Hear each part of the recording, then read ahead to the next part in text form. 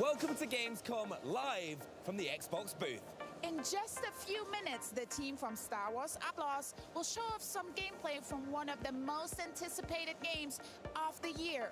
Then we'll tell you how to get into the newest chapter of World of Warcraft, even if you've never played before. I'm so excited for that, but later, it's time to talk updates, as the squad from Elder Scrolls Online stops by to unpack what fans can expect from this latest chapter and show off some game-changing features. Plus, we've got more. From Microsoft Flight Simulator, Fallout 76, and Towerborn, not to mention a new sim that literally lets you date everything.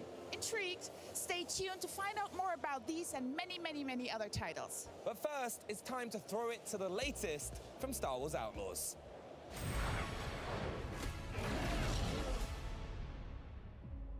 Kay Vess, the Underworld's favorite new scoundrel.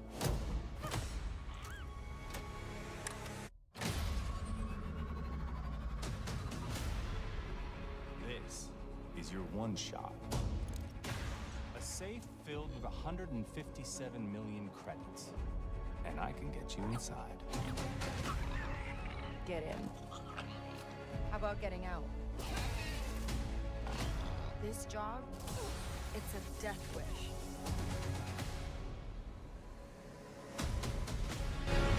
Your lives are over. Your family, friends, gone. There's nowhere in the galaxy you can hide.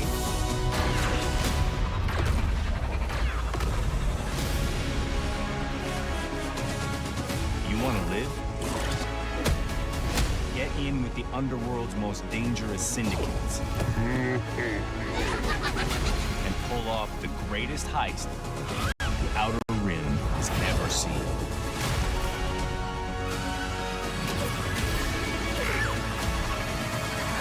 Hello, chat. I'm in. I mean, this is an ad. Yeah. I can't keep waking up early like this, chat. Oh, I am so in, because that rowdy trailer belongs to Star Wars Outlaws. And joining me now to talk through this very epic space adventure, please welcome creative director Julian Garrity. How you doing? You should never feel embarrassed for the Toho excited. fandom. Yeah, I bet. I mean, that's a hell of a trailer to cut. I mean, You know what? That's the first time I've seen it. no. And it's What do you think? it's awesome. Oh, It's, yeah. The music gets me every time. I love the characters. Yeah. The locations look Why great. would they So think that? From a point of view of somebody who's just discovering it, I'm very happy. Good. I mean, can you set the scene for us a little bit? Because although that did give us a little look You at mean what as we're in- getting up to, Yeah. what is Star Wars Outlaws exactly? As in not What an is OVA. Star Wars Outlaws? Hmm. So, Ah. it's the first ever open world Star Wars RPG game that features scoundrels, outlaws. My favorite archetype of Star Wars. So it's really giving you the keys. That is to actually be, wrong. part of the underworld, part He- of the galaxy. he's Star very Wars incorrect about on that, your actually. terms. I love the sound of it, because you're right. This What? is a brand new experience for a lot of players. We've had This is the first Star Wars game to ever have scoundrels. No, it's The not. Scoundrel, so important. There was to a Star there was Wars a in Star general, Wars and MMO. I the played it players one is that had incredible. scoundrels. I'm not even And joking. We've seen a bit of Toshara, we've seen a bit of Tatooine. They're We've got lying. some They're great lying to you. locations for the game, but now we're going to get a little look at. Also, what is this fucking Akiva, screen right here, bro? Yes, absolutely. So Why this is there black the borders first on time every we side? really dive into fuck? Akiva. And Akiva was only ever featured in a series of books called Aftermath. So we're the first to take those words and to transform them Hold on, into let me see if I can fix something that. lush, beautiful, complex. Yeah. And complex not just in Oh, no, scenery, it's but also not in the fixable. politics, the That's just how it dynamics looks, that are chat. happening. You'll Oh, be that's able not to right. see while Kay runs around the streets of Mira, the main city. It's very beautiful. It's gorgeous, Yeah. but it's also corrupt. And you'll see that there's stormtroopers, there's an Empire presence, and the Pikes and the Huts. I went to are bed at also 2:20 fighting a.m. it out. So Empires and Significantly Syndicate earlier than presence usual. within the city, within the planet. As And a that still whole. wasn't Well, enough we'll sleep. get onto the syndicates in just a sec, but as I've heard from you before, speaking about the game, one thing your team's really proud of in particular with Star Wars Outlaws is those hubs of where Kay can get her intel, and that all starts with cantinas. Now, the cantinas that we have on Akiva, very different to the ones we have on Tatooine. Tell me a bit about how The problem is, these to make sure they feel like Star Wars about cantinas. 5 hours of but sleep, also 'cause I woke up at reflective 7:30. of the planet or moon that they're on. Absolutely. So After getting the 4 hours of cantina sleep. is this flashpoint of everything that makes Star Wars special.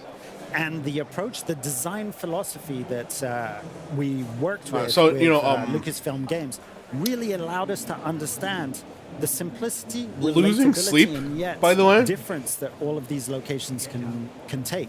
So, for example, You know, in the real world, you have jazz bars, I'm you gaining have weight. Korean barbecues, you have Chat. all of these Even though different I'm types doing of okay on my location. diet, So each one of these I'm gaining had to weight have a because different type I'm of not vibe. burning off like Here the calories in, properly because I'm not Akiva, sleeping. It's a tropical tiki bar.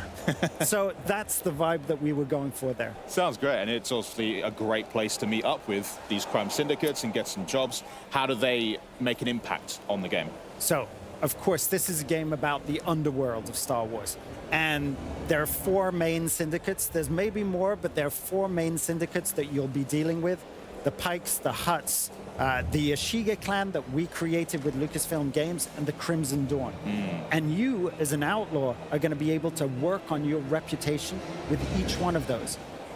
Doing jobs for some, betraying others, and building your profile accordingly. So very, very involved in your personal story throughout this adventure. That's incredible. I have So coffee, they will but form it's a general structure that Kay can live It's out not the very story sweet, in. Chad. But how much agency do players have to I'll maybe deal go off the with it. beaten path, maybe take Kay down some slightly darker routes, or playing the good guy a bit? It 100% up to you. So, for example, here, this is the first time we ever show this quest, and it's a quest this- where you've landed in sorry, Akiva. this is fucking boring. Your main focus is to go pick up a droid smith. A droid smith that you need to pull off this heist that we've been talking about. 157 million credits, that's a lot of Not credits. bad, yeah. And to do that, you're going to have to upgrade your equipment, which we're doing there. Yeah. We're making sure that your loadout is the right one. You jump on your speeder, and you'll be able to be distracted by curiosity on the way. So you're speeding off, you're on the way. It's quite a journey, and on that journey, you're going to be able to do jumps, tricks. Nice. The bike is based on a motocross, so it feels visceral as well. Right. And you'll be able to come across different things. Like here, we have an Imperial shuttle landing. Do you go and mingle with those people? Do you mess around with the Empire at this point, or do you save it for a little bit later on? Because guess what? That droid smith, he's going to be located in an Imperial compound. Oh, just our luck. Just our our luck. Well, how well equipped can the player be to tackle? That's not a compound. That's a fortress. I mean, what does Kay bring to the table to be able to deal with these kind of scenarios? Well, she's got to have the equipment to be able to do that. And that starts off with things like your binoculars to be able to scope the different opportunities. There's not just one way in. There's several ways in. Wow. The surest way to meet a very certain No. end is to go I don't in think guns this could blazing, be good because enough this on. is the Empire we're talking Yeah. about. So it's Have a you seen the massive clip? force in front of you. We're going to go stealth. Okay. Have And you seen the clip Binoculars, one thing. Blaster, another. Nix. of them going into Incredibly this compound? Let's compound. just have a taste of how Kay uses Nix. Okay. She's going to be sending me across and attacking, clawing the Oh, hell God, out of that stormtrooper. I feel bad for the guy. That's There was this one clip where it's like he's there. combat feels He's visceral built for and this. intense, You and it's take just out like the second the guy stormtrooper and now standing you have to there, hack getting through that shot laser barrier to be able and to like get unloading into bullets the into a stormtrooper. gooey Like it was good just like stuff in the middle Yeah. of that fortress. so there's quite Literally, a few different ways of like- engaging in a mission like this. Absolutely. I don't. And there's another stormtrooper What like would happen nearby if we that was like did go in all blasted spinning in circles or like something that was like fucked up. It was like mission. This is It an looked Empire like really compound, bad. so It that's didn't gonna look be a like real problem. Okay. you know. I'll take It your looked like advice. a One of the PS2 game. conditions You know what I is mean? that Like you it was don't like set off the the alarm, AI was 'cause fucked if the up. alarm sets off, you're going to shut down that compound. Fair enough. You may revisit the compound later on to be able to steal more stuff and to really find all of the treasures. And there, you can do it the way you want. But ATSTs, guarding the door, you've got a blaster and Nix. Do you really want to put yourself in that sort of situation? I could take my chances, honestly. Earlier on, though, we did see with Kay's using her blaster now, but before that, she was working on it a bit on her workbench. Yes. Inside the Trailblazer. That- What is that all about? Is that like That's- upgrading? Or... Yeah, that's absolutely upgrading your weapon. Okay. Because we want this to be about a resourceful underdog. And a resourceful underdog, they have one main tool that you can upgrade. You can have a charge blast, which is like a rocket launcher. What? Plasma, which is the regular blaster, Right. with speed mode to it, so it feels like an automatic weapon. And you have one function, which is the shock function, which we'll see a little bit later on. Nice. I love the way that she even moves around. Like you mentioned before, Scoundrel Archetype's one of your favorites, but the movements of Kay, the mannerisms, the swagger really communicates that so well. It's something that we worked on Division 2. Right. And those are trained military agents, Yeah. civilian agents, but with military training. Here we wanted a resourceful underdog. So you have to have that different movement. But all of those mannerisms and that sort of swagger that you see Yeah. there, that's Umberly who brought that to the character. I guess She'll so. be able That- to tell you all You about know, Okay, great. I'll make sure to. the clip I One saw thing was that like an I wanna active, point out as an well, active shootout. We did just so, talk I about don't the know. blaster a little bit. We're getting to see some of the action over there. Nice shot, by the way. The sound here of we it go. too. I mean, in Star Wars, there are so There's like many an- sounds see what I mean? that are iconic. She just gets shot. Players, There's you no know, cover option, When we listen to them, it it makes seems. the hair in our If you arms close stand your up. eyes and think Oh. TIE Fighter, Yeah, TIE Fighter, I'm thinking like the seismic charge. Yep. Oh man, yeah. But Kay's blaster also has a really satisfying punch to it. So tell me about the process for making sure that you're designing a weapon sound-wise, the feel of it, the look of it, making sure it's authentically Star Wars, but also brand new, something that you've created. we have to get inspiration from the past, get inspiration from the original trilogy, because this adventure happens in between Empire Strikes Back and Return of the Kind of Jedi. want to like Right. pull So up we had access Luna Knight's to chat. all of those things. And then the pleasure is looking at that, working with that, and coming up with something that sounds new and that become its own sound. And that extends from the sound design to, you know, the music of the piece, which I think is remarkable. We Yeah, heard it gorgeous. in the trailer. It's fantastic. Anytime I hear the horns, honestly, I'm goosebumps. It's crazy. So we finally find our droid smith here then, I guess. Yeah, who's not particularly happy to see you. So I'm not going to spoil the story, but the droidsmith, Gadik, has a past with you. Okay. And he's ended up working with the Empire, so you know he's made some really bad Oh decisions. dear, as well. yeah. It's not great. I mean, he's already got Not a, very a smart, is she? protocol droid firing a gun at us. I never thought I'd see that. But I got a problem with a gatekeeper drone. now that's caught his interest. Let me That's poke my correct. entire head out. Interesting. There's a real challenge. There's Yeah. a real opportunity. It's not motivated. You by know, the credits. in front of a gun Tinkering around that with is some, being aimed at me. Some new tech. I like That's it. what catches his eye. I could get on with this guy. But the problem is, once we extract Gadik, we have to get out as well, right? And that's where the blaster comes into its full All right. use. Nice. So this is going to be part of one of those main quests. Mm-hmm. It's a linear quest, and there's a whole path where you explode into the combats, and you Yes. use all of the tools at your 1 second, disposal. chat. Right. Before we edited a little segment, which was a puzzle room. Right, We didn't yeah. want to spoil the puzzle. We didn't want to spoil the traversal.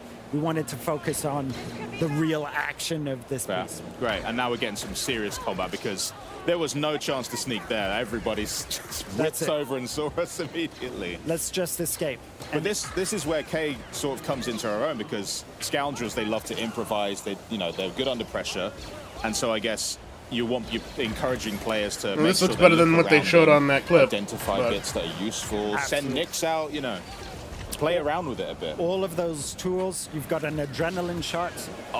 If you recognize that, it allows you to slow time, pick your targets, and it's an automatic kill. Nice. That's a bit more of a problem though. This guy's got a shield, and one of your modules will be able to disable that shield, opening Great. them up for the deadly shot. Absolutely stunning. And that's it. You grapple hook out and we're escape the clear. base. You make it seem so easy. I'm gonna try it, and it's not gonna be that. I easy. wish I was playing this one. There's a whole team, and they've done an amazing job at capturing this. Yeah, I mean, right at the end there, we also got a little sizzle, a little taster of the rest of what's to come in the game. And one thing in particular I spotted there was some sabak happening as well. Yep, So sabak. you got to tell me about that because I love it. Sabak is a big part of the Scoundrel lifestyle. Yeah. So we wanted to create our own rules, which gave us this depth of play and being able to collect special cards that change the rules of the game while you go along. So there'll be tournaments, there'll be high stakes games, there'll be a lot of credits to win as well. Great. Well, I'll have to get practicing on that, definitely. But so I just want to say thank you so much for joining us. This has been incredibly insightful. Cannot wait to play the game, and it's not too long until launch. So No, buckle next up. week. Buckle up. Yeah. Well, thanks for joining us, Julian. Next up, though, to celebrate the launch of Star Wars Outlaws, we decided to test some lucky fans on their Star Wars knowledge. Let's see how they got on. Welcome to the home of Star Wars Outlaws here at the beautiful Xbox booth. And it's time for a massive giveaway. So we've rounded up some fans for a chance to win some very fabulous prizes. How will they earn this sweet loot, I hear you ask? Well, Star Wars trivia, of course. So here's how it's going to work. Each fan will be given a Star Wars Outlaws trivia question, and if they answer correctly, they will win a beautiful Nyx plushie. Isn't it adorable? Wow. Then they will be given a more difficult Star Wars Outlaws question. And if they answer that one correctly, they will win one of these custom Xbox Design Lab Elite Series 2 controllers and be entered to win one of our grand prize Star Wars Outlaws Xbox Series X and S consoles. Are you ready? Let's go. I'm here with the lovely Citron. And where are you from, Citron? I'm from Cologne. Amazing. Are you ready to win some prizes? Yes. Okay, let's go. First question. What is the name of the main character of Star Wars Outlaws? It's Kay. Yes! Wow, What's that's her so last name? difficult. What? Yes, let's go! That's a Nyx plushie for you. Well done. That's yours. Something to color. Okay, are you ready for your next question? It's going to step up a little. Ready? Yes, I'm ready. What is the name of Kay Vess's starship? Oh, God. You can do this, Citron. I don't know. Take a guess. The Falcon? Oh, so close, but it's not correct. Well, we still got your Nyx plushie, so well done, though. Yay! You still get. Yay! Cringe. Okay. Cringe. If I was keeping a cringe counter, it would be going up right now. And where are you from today? I'm from Switzerland. Stunning. Are you ready to win some Star Wars prizes? Yes. Let's go. Okay, question number 1. What is the name of Kay Vess's main companion? The little guy called Nyx. Yes, it is! And here he is now. Congrats! Way! Good. Okay, are you ready to step up a level now? Yes. Okay. And how can Nyx help Kay in battle in the game? So he can attack people and pull levers and stuff. That sounds good to me. I think that's correct. Let's go. GG's! Well done. This Star Wars controller is yours. GG's. I am here with Marcel. Marcel, how are you today? I'm fine, thank you. Good. Are you ready to win some Star Wars prizes? Yeah, I think so. Okay. First question.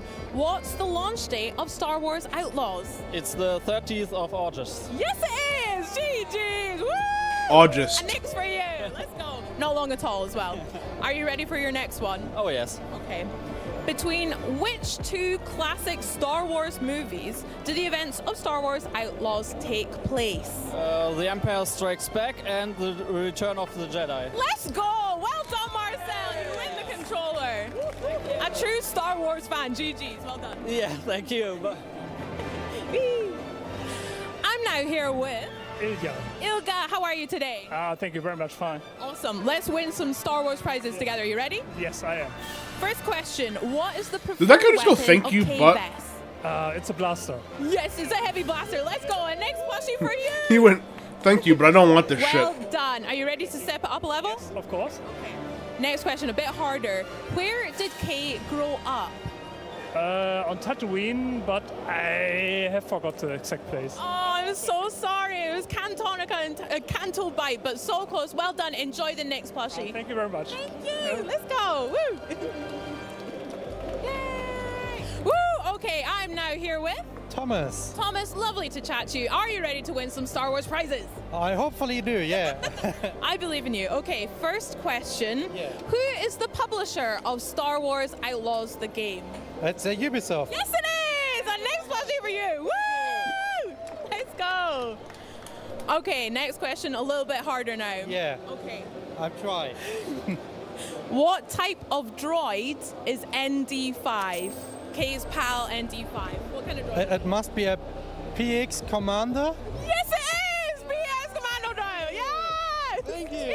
Jeez. Well, that's it for us here at Trivia at Gamescom. But if you think you can do a little bit better, you too can enter for a chance to win a custom Star Wars Outlaws Xbox Series X with a controller stand or an Xbox Series S. All you need to do is head over to twitch.tv/Xbox and follow the prompts in chat to enter this question. What species is Nyx? Good luck. Remember to answer in chat. And now it's over to Henry with one of the beautiful voices from Star Wars Outlaws.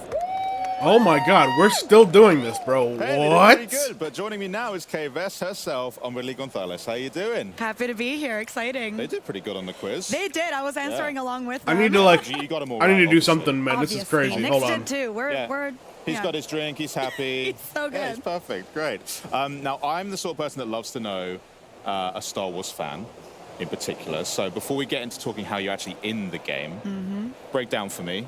What was your first what was your Star Wars awakening? How did that come about? Well, I grew up in Venezuela, so it was all in Spanish, and it was Guerra de las Galaxias. So, you know, that's something I love about Star Wars, is that it doesn't matter the color of your skin, what language you speak, where in the world you are, you all have a Star Wars story, and mine just happened to be on the other side of, you know, South America. So it's exciting, you know, when I got to share about it with my family and friends. I got to relate to it in my language, in my culture. What was their reaction when they first found out that, by the way, I'm actually going to be in it now? Unreal. I mean, there was a lot of questions. I think my family also, especially my parents, they started watching all of the movies, especially when I shared that it was in the original trilogy between Empire and, you know, Return of the Jedi. So I did too. I think I like blasted the Star Wars theme song, and I watched the movies, and anytime I see anything Star Wars, I just have this like, Star Wars, you know? That's part of it. I'm like, yeah, that's geez, us, yeah. that's us. In terms of Kay and playing the role of a scoundrel, where did you have to go for that? What did you have to reach into to sort of conjure up this character?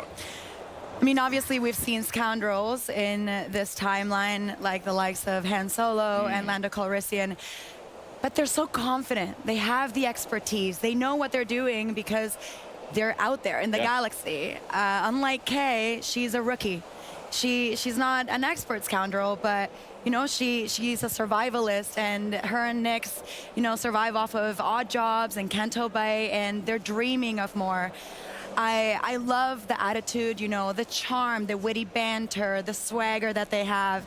And, you know, those characters were obviously inspiration, but I got to try to bring my own heart to it. You know, Kay Vess has flaws. She's imperfect. She has a vulnerability that I feel I brought to the role even from the first tape that I sent in back in 2022, you know? So that's something, you know, it's a collaboration from the whole team. Well, the whole team's really important to it, because when you're playing through it and you even hear the like banter between Kay and ND5, and you're like, God, I really am a Kay Vess. This is so relatable. Yeah, it's awesome. Yeah. What's it like working with a wider team then on building a new cast of characters to put into a franchise like Star Wars? Did you have to work together too much, or? Absolutely. I mean, when you walk into a franchise that's already established, I guess you understand so much of it, the tone, you know, just kind of the general vibe of what we're making. But because it's motion capture, you require so much aid in visualizing what the world is going to look like. I don't have the luxury of relying on sets and costumes and hair and makeup. I mean, we're in the mocap studio in like these cat suits, wetsuits with these markers. We're in a volume surrounded by hundreds of infrared cameras that are capturing our every movement. It's a lot more intentional. You have to have this awareness of your body and your instrument. And you rely so much on the director, the writer, the storyboards. Sometimes they say, okay, we're about to do this kind of scene. So they pull up, you know, inspiration from the TV shows, from movies that have previously been done to capture just the air of what we're trying to make, because we have to create it in our mind's eye. So that must be a completely different way of bringing characters to life compared to like film or television, which you have done before. And you have worked in games before, but this is clearly the most involved project that you've ever been in, right? From top to bottom. I mean, I'm there every day in almost every scene. I've recorded over like 11,400 lines for the game. So I hope you enjoy my voice. You're gonna hear a lot of it. It's expansive, you know, and it takes years to create it. They've been working on it for a couple years before I jumped on back in 2022. So it's a long process. It's an incredible journey. I truly have grown alongside KVS. So even though I've done video games before, leading a game requires a lot more responsibility. But I was ready for it. Totally. I can't wait to play the game, honestly. It just looks absolutely incredible.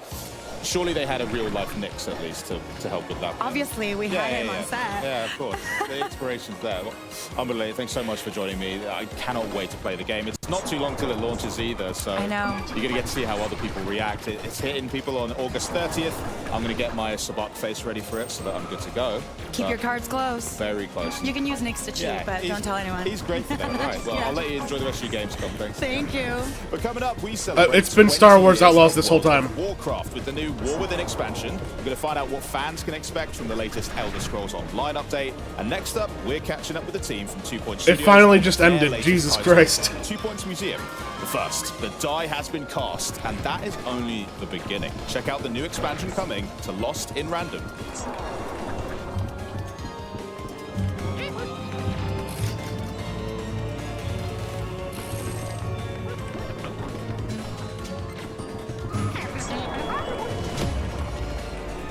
The Queen enters the ball.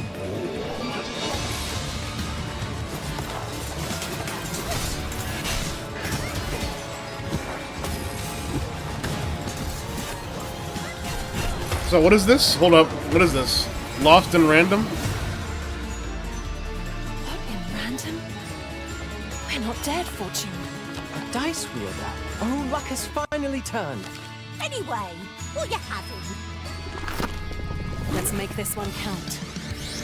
Something that actually looks kind of good here? Like, what's going on?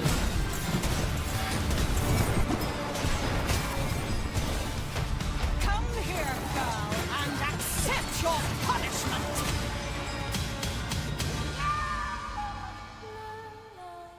Rip. Greetings from the amazing CSUN Games, developers of the upcoming cross-platform online multiplayer game. And of course, that got only like 5 seconds. 2025.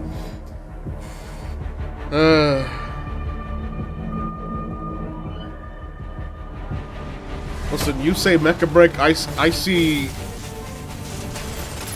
Booba Break, okay?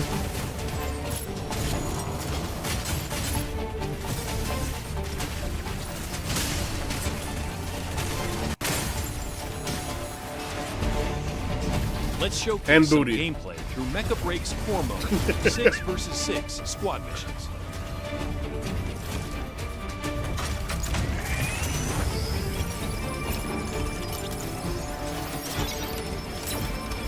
We'll demo the Eye of Mizra method, where the goal is to earn I've not heard of the changes now. uploading launch keys. The striker we're featuring is Falcon, a lightweight mech that excels in aerial combat.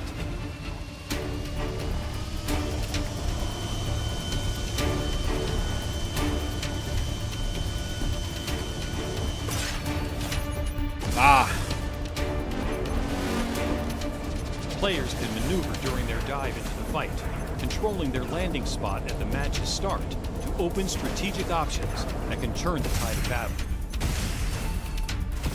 For example, Falcon excels in aerial strikes and reconnaissance. Pilots must be agile, coordinating hit-and-run tactics with teammates while staying under the radar. We've refined combat to ensure it feels satisfying both in the air and on the That ground. means with each literally mech nothing to having me, no unique fun. attributes distinct from other shooters. Each striker has unique speeds, inertia handling, I kind of feel and like specialized okay. combat capabilities. I kind of feel like the male and female variants of armor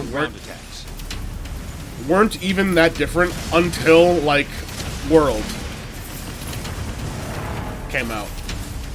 When implementing them, To be our main honest, challenge was balancing air and ground mechs, given the varying visibility, traversal paths, and cover types across our maps.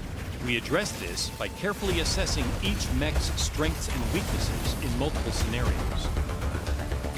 On the Mercury Shipyards map, the goal is to move a payload to the finish line. Seizing checkpoints along the way speeds up the payload.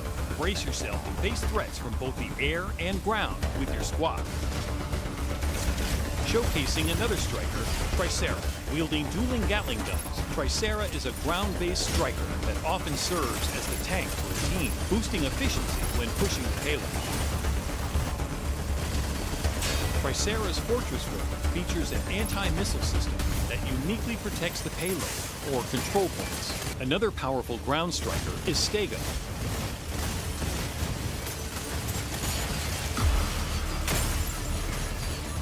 When transformed, Stego specializes in long-range fire support as an ultra-heavy striker armed with the big guns.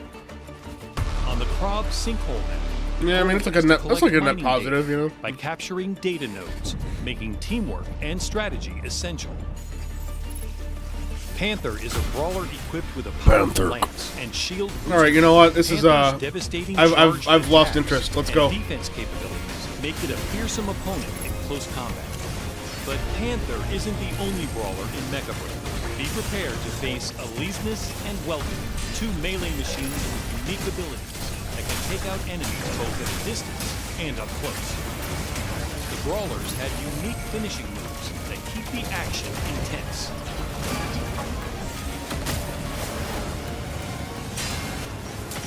You haven't done your Toho vote yet? Nepon, please. What kind of Toho fan are you?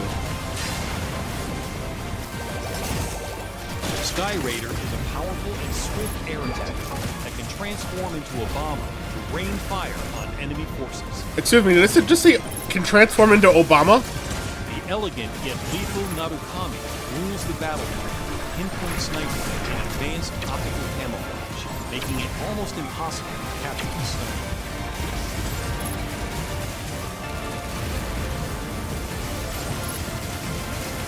Yeah. We invite you to join us on this exciting journey with Mecha Brain. Stay tuned for its commercial release in 2025. Welcome, esteemed guests, to 2 Point Museum's Coastal Deep Dive. Why would you vote for The Kosuzu Marine or Life Museum in Pat? 2 I mean, Point County is, just as you'd expect, situated along the coast you in and boasts a particular. treasure trove of Wetlandian exhibits. Or at least it will do once you've hired some experts and sent them on perilous expeditions to unearth rare, but sometimes soggy sunken treasures. Discovering and maintaining the happiness of aquatic life is also a big attraction of the Marine Life Museum. And fish have a surprising number of requirements to meet if they're to stay happy and, swimming. Guests will be wowed by the remnants of Wetlantis, and the more impressed they are, the more they will donate. The more donations means more funds to keep your facilities clean, everything nicely decorated, and vending machines well stocked. Once you uncover the Marine Life Museum, you can then hire Wetlandian experts in all your other museum locations. From there, you can grow your aquatic collection throughout your 2 Point Museum empire. Thank you for attending this coastal deep dive. Well, which book nerd is more of a, you know? If you've ever More dreamed waifu. of running your own museum or just really enjoy the 2 Point series of games, then listen up, because our next guests have the game for you. And me, here to tell us all about 2 Point Museum, please welcome 2 Point Studios Design Director Ben Huskins and Executive Producer Joe Kula. Welcome to Gamescom, to Cologne. It's great to be here. Great to be here. How is Germany treating you? Oh, absolutely love it. Absolutely love it. It's The weather such a is great. good? The atmosphere is incredible. Yeah. It is. A little bit too warm, but that's okay. That's okay. And the halls are cool, so everything okay. And today's the first consumer day, so we're really excited to. They gotta have make you sure here. that they mention So, that the weather's 2 fine. points Actually, taken on education with campus on medicine. Gamescom is hospitals. usually in Germany, So I now, think. Ben, how did you come up with the idea, the theme of museum, and why should fans be excited about this game? Yeah, well, the thing that's great about museums is that they have these amazing collections of completely unique exhibits. And as soon as we started talking about museum as an idea, we got really excited about what if we let players build up their own unique collections of exhibits. And that got us thinking about, well, like, how do the players get these Chad, it's time for a exhibits? boss. They can. I wasn't they can planning send this. their experts off on expeditions around the county. They can basically explore and discover. We really love this idea of getting across this sense of exploration and discovery and anticipation about what might come back when your team comes back from an expedition. And this just got us really excited about, you know, getting these exhibits, and then of course once you've got them, putting them on display in your museums, and actually that whole side of it as a museum manager, you deciding how you lay things out, and you deciding where do you put your most impressive exhibits, where do you want to channel your guests through the museum, and how do you give them the best possible experience? I've got some ideas, but I also saw in the trailer that you welcome families. I saw a lot of little children climbing on very precious exhibitions. So what do we need to look out for when we're welcoming those visitors? So we were really excited to introduce children to 2 Point County, and I think it just felt like a natural fitting, a natural place for them to be. And with children, we've introducing family groups, we've introduced school trips, and all sorts of, they're kind of like little agents of chaos, and they make a right mess of the museum, don't they? But we've also introduced a lot of other characters. Oh God, vets! The professor, he's pretty cool. Yeah. So he likes doesn't he? Yeah. So when professors come in, you need to focus a bit more on education, because they're going to donate money based on how much they learn about all of your exhibits. And then if you've got frozen items, you'll get the Yetis. I love them. I love the frozen exhibits particularly. So you also have to maintain your exhibits. So with the frozen items, you need to have your freezer cooler. Oh my God. And then you'll get Yetis. Oh my God, what the fuck? So if I have all these visitors, how do I keep them happy throughout the game? This seems So I particularly like impossible. What the fuck? So for me, I keep Oh my God, bro, by making a beautiful museum. So I looking for customization options, the lighting, decorative items, and try and make a really incredible space for them to enjoy. Yeah, Joe's museums are usually a work of art, whereas my museums, I guess my philosophy is more, you know, fill their minds with wonder, empty their wallets. That's more my approach. That's so straight on. my museums tend to end up being a bit of a hellish labyrinth where visitors have to go through about 5 different gift shops before they can escape the museum. Don't get me wrong, they still have a good time, they just leave with no money. So in another world, you would be managing a theme park. Well, exactly, Yeah. exactly. I get it. So is each museum restricted to one exhibit type? So you can actually put any exhibit in any museum. So we designed the game like this because we wanted the players to really have freedom to build and design the museum however they wanted to. And I saw definitely something new, which are unique fish in the game. So can you tell me more about the creation of these odd sea creatures and how we can enjoy the fruits of that labor? So we had lots of fun coming up with the ideas for the fish. I think with the exhibits in our game, sometimes we kind of pull on pop culture references, sometimes it's an idea for an animation, a joke or a pun, but with the fish, we kind of leaned quite heavily on real life reference, but then tried to inject 2 Point humour and charm into it. So, like for example, we've got the pufferfish. He's my personal favourite. He's very cute, he's got goofy eyes, puffy cheeks, and you can actually get him as a plushie in the gift shop, which is super cute. We've got the clownfish, he's small, he's got a red nose, so that's quite like on the nose. We've also got like the bull shark, who's kind of scary looking. He's a shark with a bull ring, and you actually have to keep him separate, or I do, because he does eat the little fish. Okay, so talking about fish, let's talk about fish romance. I always wanted to say that on an Xbox broadcast. No, but seriously, how do we keep the fish population healthy? Yeah, so I mean the whole aquarium management feature as a whole, there's quite a lot of depth to it really, because there's all these different types of fish and they all behave in different ways and they all have different characteristics, and you're having to think about, like, do I have enough filters in the aquarium to keep them going? Do I have the right types of food for the different fish that I've got in there? Is the aquarium the right temperature for them? Because all the fish have different needs, different requirements. So there's quite a lot of depth to it. Like the aquarium management as a whole, it's almost a game in itself.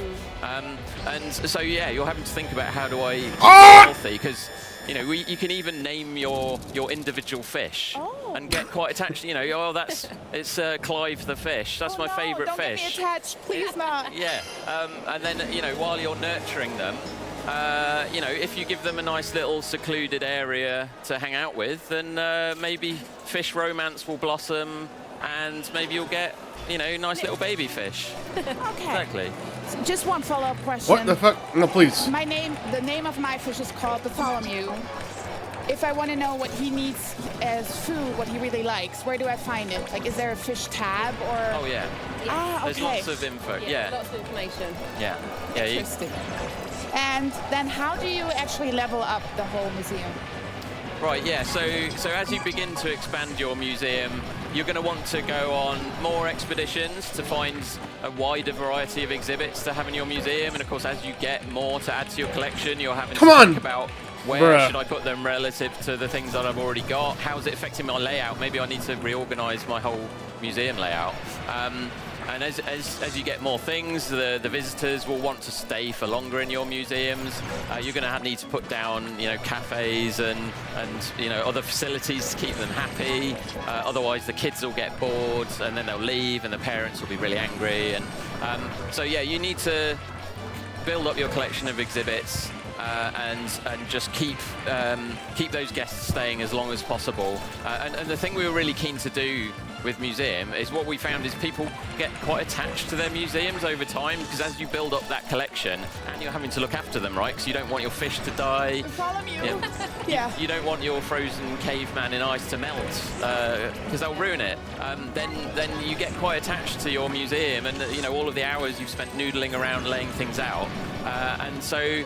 What we do is we keep giving you reasons to come back to each museum, which is great because I think you do really feel like it's become your own thing. Yeah. Amazing.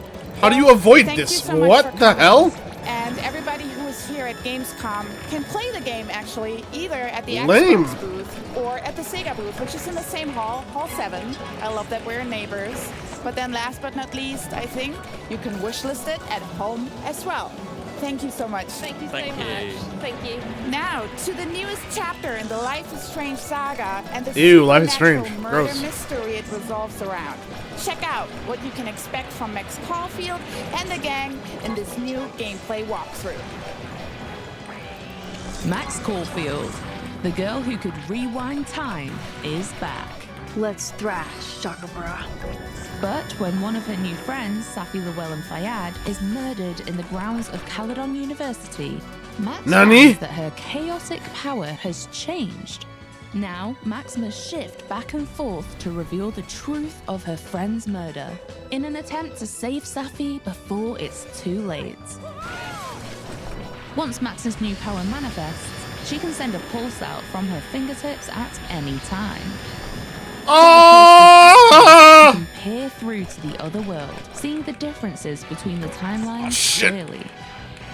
People and objects in the other timeline appear as dimensional echoes, allowing Max to avoid watchful eyes when shifting. Good thing I can keep an eye on Alderman from here. Wouldn't want to show up right in front of him. What the hell? While Pulse shimmers around her, she can also see places where the veil between the two timelines is at its thinnest. These shift points are where she can push through to the opposite timeline to help her investigation in a multitude of ways. Oh, you need me to hold something, or...? Actually, yeah. I need an Allen wrench. Got one around here? No, I borrowed one from Carla, but I think she took it back. If you can go grab that from her, I'll owe you.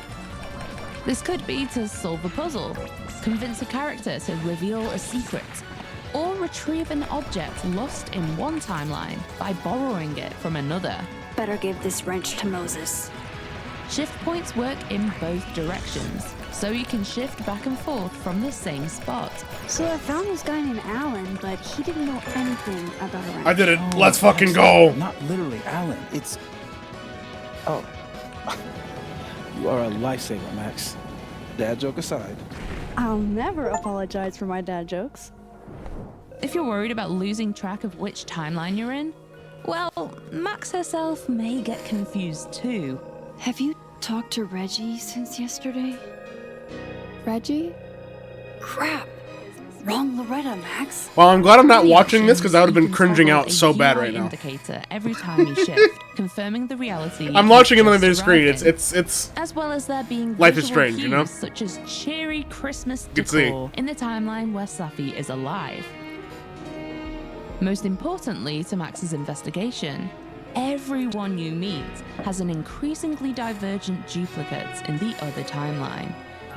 Depending on which timeline you're in, they'll react to Max and her probing questions very differently. A grief-sodden conversation in one timeline may unlock an unexpected heart-to-heart in the other. Grief is hard. The trick is not to let it change your character. Everyone at Caledon is hiding something, and Max is the only one with a viewpoint unique enough to unravel those secrets, and the determination to reach the truth at all costs. Everybody's talking about her like she had a heart attack or a car accident. But she was murdered. Someone murdered her. I don't know. By the way, expected to just... I just now realized that the clock in the background is actually like the real time in real life. Powerful or in so much danger. The fates of her friends I just noticed and that. of two timelines are at Max's fingertips.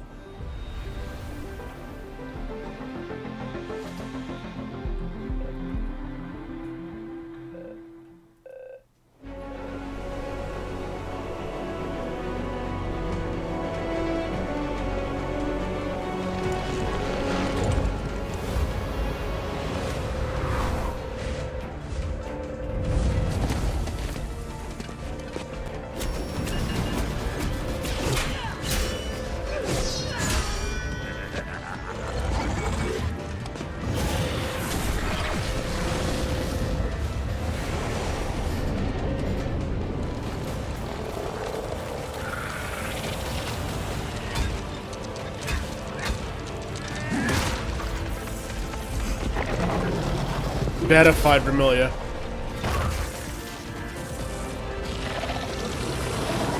What's happening on the screen over here?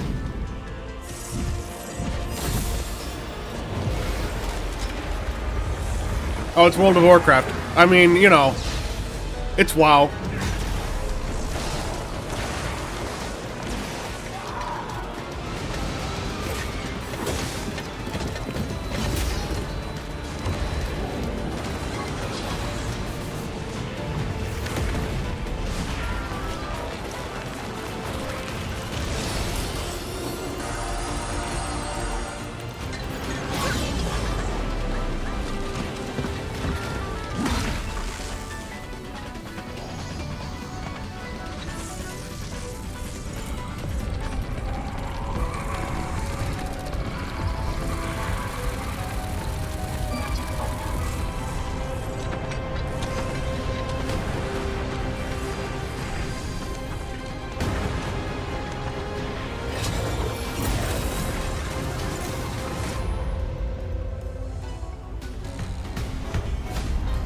Nitori. World of Warcraft has had a massive impact on the gaming world, as well as myself, since it launched nearly 2 decades ago. And here to give us a glimpse into their plans for the latest expansion, The War Within, the 3-part World Soul Saga, and the next 20 years of World of Warcraft, we have 2 excellent humans, and thankfully not orcs, sorry Horde, from the team at Blizzard. Please, Ian and Tina, introduce yourselves. Hi, I am Tina Wang, Associate Art Director on The War Within. Super excited to be here and getting to chat with the Xbox community. Hi, and I'm Ian Hazzikostas, game director on World of Warcraft. Really hyped to be here in Cologne at Gamescom, and excited to be part of the Microsoft family. Even though we're just a humble PC game, we've been welcomed into the Xbox fold, and it's wonderful. No, I'm so excited for you guys to be here, especially as today is such a huge day for World of Warcraft. Can you tell us what's going on? We got a little thing or two brewing, I think in something like 8 hours and 10 minutes, but who's counting? We're going to be launching early access of The War Within, to be followed a few days later by the global release. No, I'm so excited for it. And to kind of get it hyped up at Gamescom on the booth over here, we have got one of the coolest experiences I think I've ever had at any gaming booth. It is the Escape from Dalaran, and as like a big WoW fan, it was incredible. Have you had a go?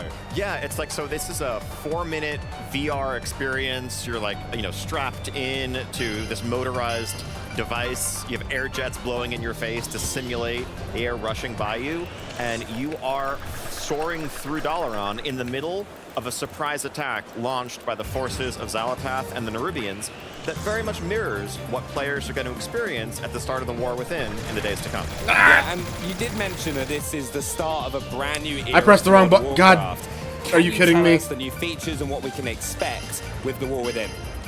Yeah, so the War Within is our 10th expansion, and I'm biased, but it's going to be a banger. It's the beginning of the World Soul Saga, which is the greatest story we've ever tried to tell. Oh, I can't deflect so those. Big that we needed to make okay, 3 cool. expansions to tell. Oh, we got dragons now. And so the way this kicks off, champions and heroes around the world have been seeing these troubling visions, hearing things that sound like the world herself crying out for aid, crying out in pain. And as they investigate the source of this phenomenon, that journey leads them towards a land that is known as Khazalgar, a mysterious island off the coast of Kalimdor, where they may come under a surprise attack and begin to see the face of their foe, and that is one Xal'atath. And so it starts out as a mystery, and that mystery will lead players into the underground of Azeroth, towards the heart of the world itself, into just fantastical environments, and it's just going to be an incredible adventure. No, I can't wait. And Tino, I know you've got a load of brand new features that are going to be coming with the expansion. Can you tell us a little bit more about that? Yeah, I mean, Ian mentioned the zones. One of the things that we really love about World of Warcraft is that the world is such like a main character of it, right? So one of the key things coming out is these zones, and they're definitely some of the most ambitious and unique that we've ever created for World of Warcraft. For instance, delving underground, that's a unique challenge. And so while we have zones that meet clear expectations with like the ringing deeps, where we have ancient forges and lava and these beautiful caverns, we also have an incredible zone called Hallowfall, where we have this crystalline ceiling and the crystal that shifts from light to dark. And then our deepest zone, Azj-Kahet, this is where you will find Queen Ansrek herself, in partnership with Xal'atath. And you get to see the height of the Nerubian Empire. Yeah, no, and also, there's of course, one of the big things with World of Warcraft as well, dungeons. Can you tell us about a few of the new dungeons that we're going to have, in the War Within? Oh yeah, so one of the fun ones that you get to experience as part of the story is this one that's the rookery that you find on the Isle of Dorne. And so you get to experience part of the culture of Khazalgar and seeing these riders, these storm riders. So that one is super fun. And then in Hallowfall, another favorite would be one where you're actually on an airship. So you get to fly around, there's epic battles, and you see that glowing crystal just in the backdrop. Is that crystal? Oh, so I was going to say, when we were setting out to build these underground environments, one of the challenges was making sure that it didn't feel claustrophobic, didn't feel oppressive. The zone of Hallowfall, it is so vast an underground space that the inhabitants need airships to traverse it. And so it's when you're down there, it's you're in this underground world unto itself. No, and it was really one of the really cool things we were talking about it a little bit earlier on was that the crystal changes, doesn't it, to impact the gameplay? Yeah. Which I'm really excited for. What other features do you have coming with the expansion as well? So one of the things that we've built is Delves, which is a new feature for the expansion. And something that is a priority to us for Delves is that it really caters to a group of our audience that historically has been a little underserved by the end game progression loop that we have for those who maybe raid or do Mythic Plus.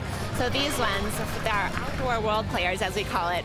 We want them to feel like you're adventuring through the world, nice. and you come across just this mysterious location, whether you're diving into a sinkhole or seeing some traps lead into a dark cave.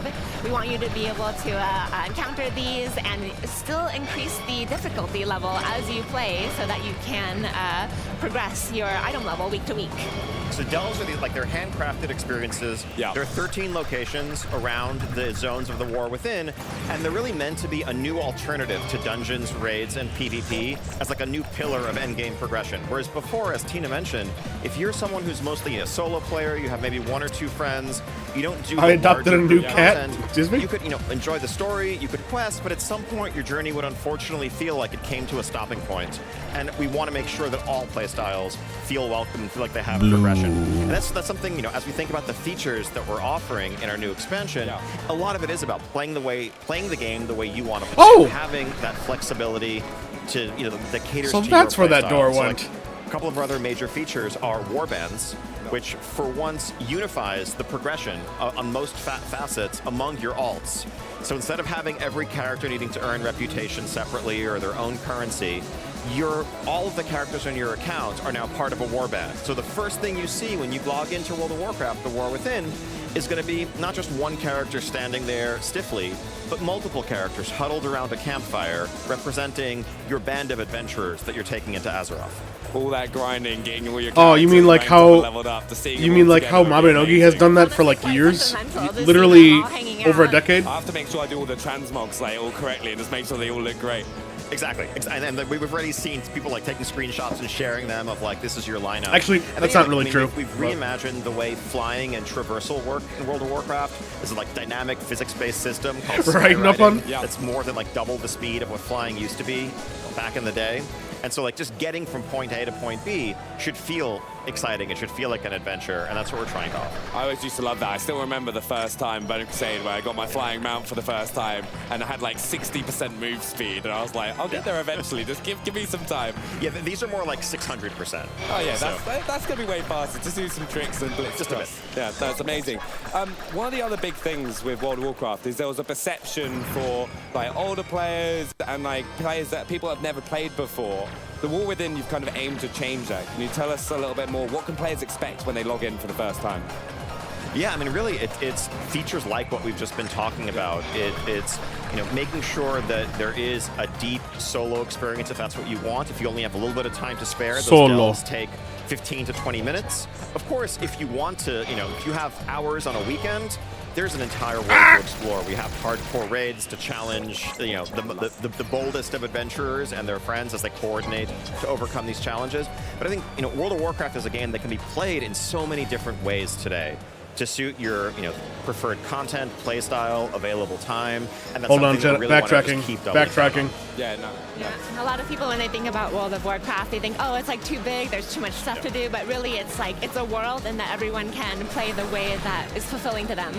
Yeah, and there's also opportunities just to hop straight into the new content as well. It's one of the things I've always liked. Like our whole Xbox One team, when Classic came back out, we all hopped back in for one of those reasons. Exactly, and I think as any WoW player knows, a new expansion is the perfect time to come back to WoW. I think the War Within in particular, because of the fact that, it's kicking off this brand new story arc, we've also revamped the new player experience, the level up experience from 10 to 70. Am I playing Lunar Knights on? What do you mean? To be our latest expansion, Dragonflight. Playing on my computer. If you're coming back or you're coming in for the first time, you are playing the latest, newest content WoW has to offer, learning the ropes, and joining the rest of the world in the War Within. Oh, I'm really excited. And also, World of Warcraft, I can't believe I'm saying this, is coming up What to the its fuck 20th is that? anniversary. What does that feel like being a part of the WoW team and for all the players? It is humbling, truly. What the hell was that? I've been playing the game for all 20 of those years. I've been on the development team for 16 years now. Like the large majority of my adult life has really been shaped and formed by this game, and it's an honor. And I think I'm so excited to celebrate that 20th anniversary coming up, but also kick off many years to come. Yeah, I'm also a long-time Did it veteran just in get the trapped game, in there? playing since the beginning, playing since Warcraft 3. It I've been did. on the team like 14 Lol. years now, and there are so many of these stories on the World of Warcraft team, and you can see that in what we put out there, just people putting like their passion and their history with the game into everything that we make. No, it's amazing. Like, I personally love it. I can still remember growing up playing from the Burning Crusade, Wrath of the Lich King, and it's so exciting to hit that 20-year mark. But for players that are looking to get involved no, in World of I bought Warcraft for the this. first I bought this time with and my become part of the stream money, community, Chad. What can they do right now? Yeah, I mean, So, you know, we're getting we're talking about you know, expansion, but the basic World of Warcraft I'm getting the money's experience, worth out of it. You can play for I'm free. playing it in on Starter stream. Edition. You can A level little up bit. to 20. You can experience the start of Dragonflight, and you know, just go to worldofwarcraft.com, download Battle.net, install it, jump in and check it out. No, I really recommend it. It's one of my a couple of games for for stream time, with and my, it's no surprise it's coming up to the 20-year anniversary. paycheck. Do you have any final thoughts that you'd like to share with the fans? Which I haven't even revealed yet, chat. I haven't even revealed the two games. This is such an exciting This moment, was for really. me. You know, I think coming up on 20 And I also years, got but a dev also tool for my game. beginning this next step in our journey. The team has been working on War Within for years. We have so many years of content ahead that we have mapped out, that we have planned out. It's going to be this incredible journey narratively, in terms of the world we're building, in terms of the features. And just we're excited to welcome everyone in to begin it with us, and buckle up, because it's going to be a heck of a ride. Yeah, no, I honestly, thank you so much. I've got one also final question. Horde or Alliance? Depends on my mood that day. Safe answer. Traitor. Safe answer. Traitor. What about He you, sucks. My mood is more You off can't board. you can't just say depends, bro. That's fucked up. See, that's why I never played always WoW, feel and I know I've that's been like alive blasphemy since to day say one, that, bro. Right? What the And fuck? I will stick to that with the War Within. But honestly, thank you so much for joining us. I really appreciate it, you taking us through the War Within. But here, also, just a pro tip to avoid your own War Within. Please check out World of Warcraft, the War Within expansion, when it launches August 26th. Also, coming up, we'll give you a tour of the Xbox booth right here at Gamescom. Check out what studios have in store for fans here. And also, we celebrate a decade of Elder Scrolls I don't think you have, Online with a Nopon. look at the latest chapter, Gold Road. We also unveil the real name of Project Birdseye. But first, it's time for a cinematic horror experience. This is the casting of Frank Stone. This place is like super duper Creedtown, right? Everything's still so fuzzy about what happened, but there's one thing that always just stuck in my mind.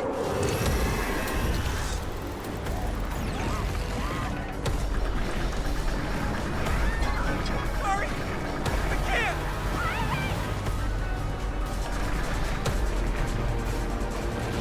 Hold on! I'm coming! This is right where my dad came face to face with Frank Stone. I think you're starting to see what we're up against. Good call, Chris. Drugstore. I don't want to risk missing our chance. Sure. Curiosity Shop does look pretty cool. We can check it out after. Fair enough. I don't know what I expected, but it wasn't this. After 40 years of pain, why would you choose to live with me?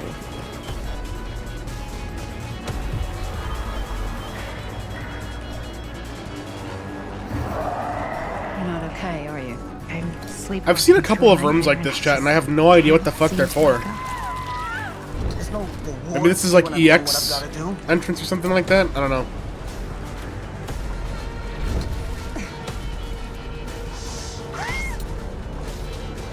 This is insane! I can't live like this anymore. I can't live in this nightmare. Come on, come on, come on. It's a prison. Something far older. What is that?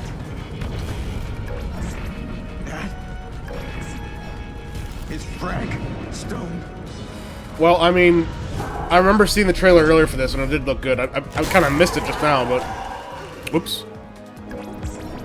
Welcome everybody to the Xbox booth. This is our home for Gamescom 2024. There is so much to do here. There's so many experiences. We've got Xbox, Bethesda, Blizzard, and Activision all under one roof. We have so much to see, so I think we should just split up. Sounds good? Okay. All right. Over here at the Age of Mythology Retold section, you can get your photo taken with some certified gods and goddesses. But over here's something even cooler, because we've actually got some game stations set up where you can play test the game right here at Gamescom. Ah, yes, certified gods like Usopp. Our experience experiencing, I think, the most anticipated expansion of this year, Diablo 4 Vessel of Hatred. I can't wait to dive into the Dark Citadel. Am I right? And slay Am I right, hordes boys? of enemies. Am I right? Managed to do so. I think only time can tell, and speaking of time, it's time to check out Diablo Immortal. No, it's fucking not. At the Diablo Immortal No, it ain't. you'll be able to play No, the game fuck it yourself ain't. with the little setups here. We'll also set a leaderboard time where you can potentially win an incredible Inarius statue, which looks unbelievable. But hey, what's that over there? the Doomslayer has already graced many an Insta story as he lords over the booth of Doom: The Dark Ages. Fans can also celebrate 10 years of the Elder Scrolls Online by checking out the latest chapter, Gold Road, as well as catching a rare glimpse of an Elder Scrolls replica. It's only one of two in the world. If you're feeling brave enough, you can even grab a photo with Athelia herself. World of Warcraft, the war within, takes on new meaning when you strap yourself into one of these ultra-immersive devices. Let me tell you, it's my third ride in a row and I'm really baffled by this experience. So make sure to check this out and check out the expansion. And of course, it just wouldn't be Gamescom without the Xbox Game Pass and PC Game Pass experience. Why, Here, you know, no, I've played a little bit of Kirby. That big green button, which I think I'm going to have a go on while you guys enjoy the rest of the show. Come on.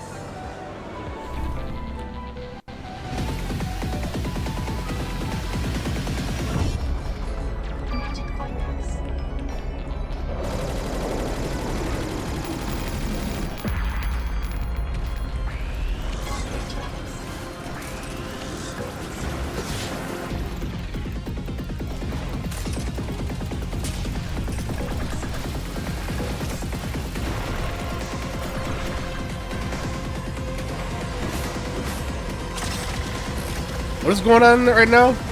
I kind of missed it.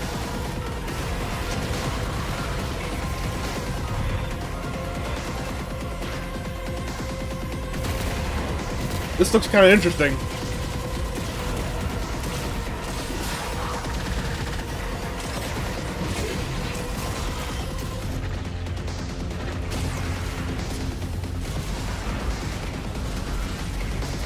See, this is the danger of having like a fucking showing off new games and then punctuating that with like 50 fucking minutes of yapping about nothing.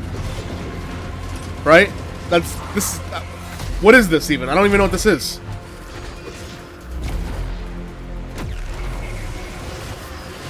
Xbox clearly didn't learn from their from the showcases that nobody likes, right? Kill Knight. Brutal.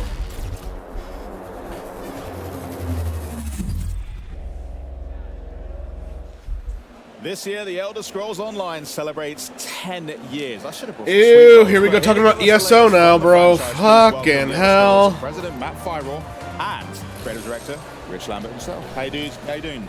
Great. Great to be here. It's great to be here in the Xbox booth here at Gamescom. I mean, you guys are no strangers to Gamescom in general, so you're aware of the behemoth scale of everything, but I mean, this is something else for the Xbox booth. It's good to have like a whole team together for it, which is awesome. And you guys are on the booth as well, which we'll talk about in just a little bit. But what I want to get into is the fact that it is 10 years. That's really special for a game to go for that long. And you guys thought, well, let's make a big deal out of it. Let's celebrate. So how are we doing that in game? Yeah, well, you know, it's been 10 years since we launched, but it's been like 18 years since we founded the studio. So we've been working on this game a long time. Forever, yeah. And Rich and I were both here in the very beginning. So, but yeah, we're celebrating. Obviously, we're here at Gamescom. We've done some great community events outside the game. We had a huge one in Amsterdam that you were at. It was a lot of fun, I've got to say. Oh, yes. Well over 1,000 people. Just a couple weeks ago, we had another big one in Germany. Yeah, the tavern. The tavern, also huge with live music and just a huge multi-day festival. And then we've done other stuff too.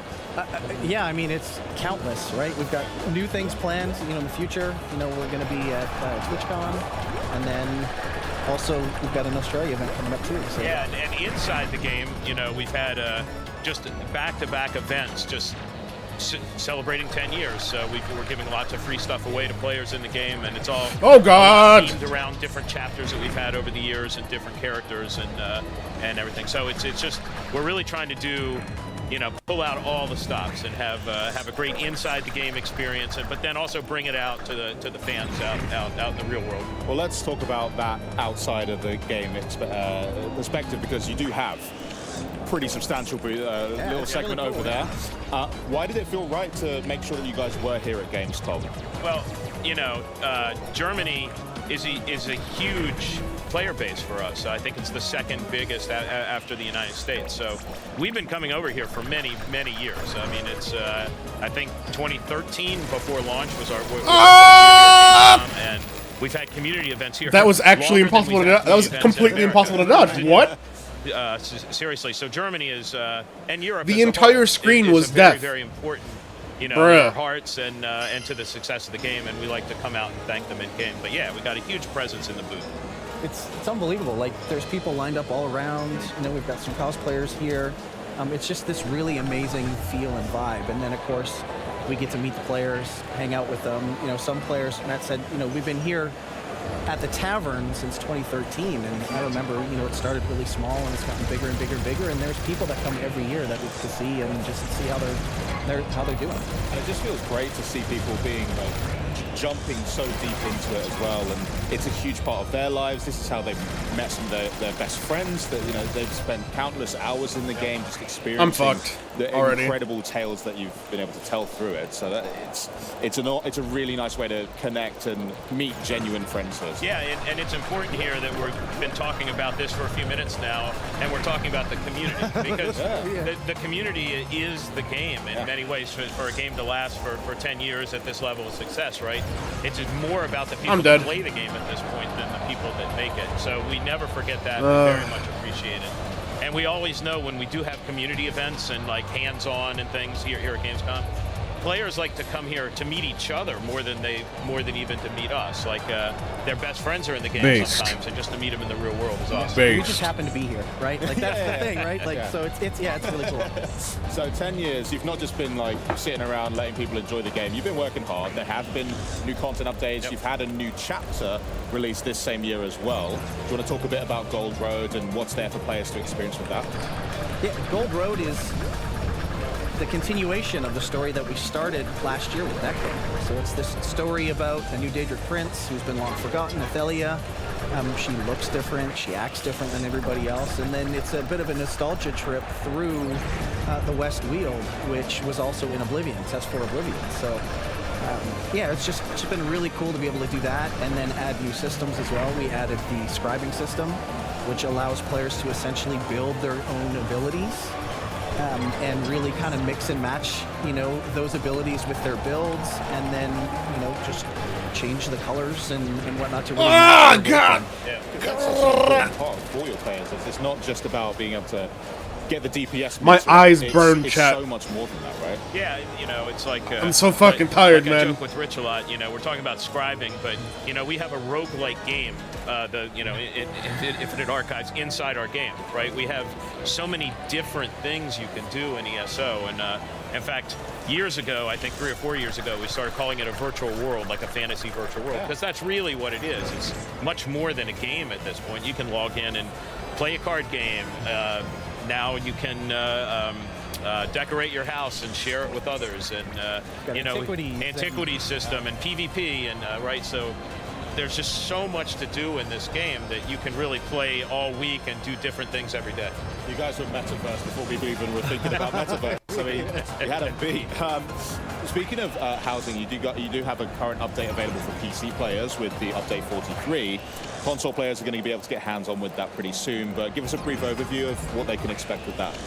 So the big new system is home tours, right? It allows players to share their creations with other players, and our housing system is incredible. It's super deep. It is free form, so there's no hook points. There's nothing along those lines. Whatever players can dream up, they can build. They can put chairs on the ceilings. They can cobble together a bunch of things to create new assets. And they do, and they make these really cool creations. And now Home Tours allows them to share that with other people.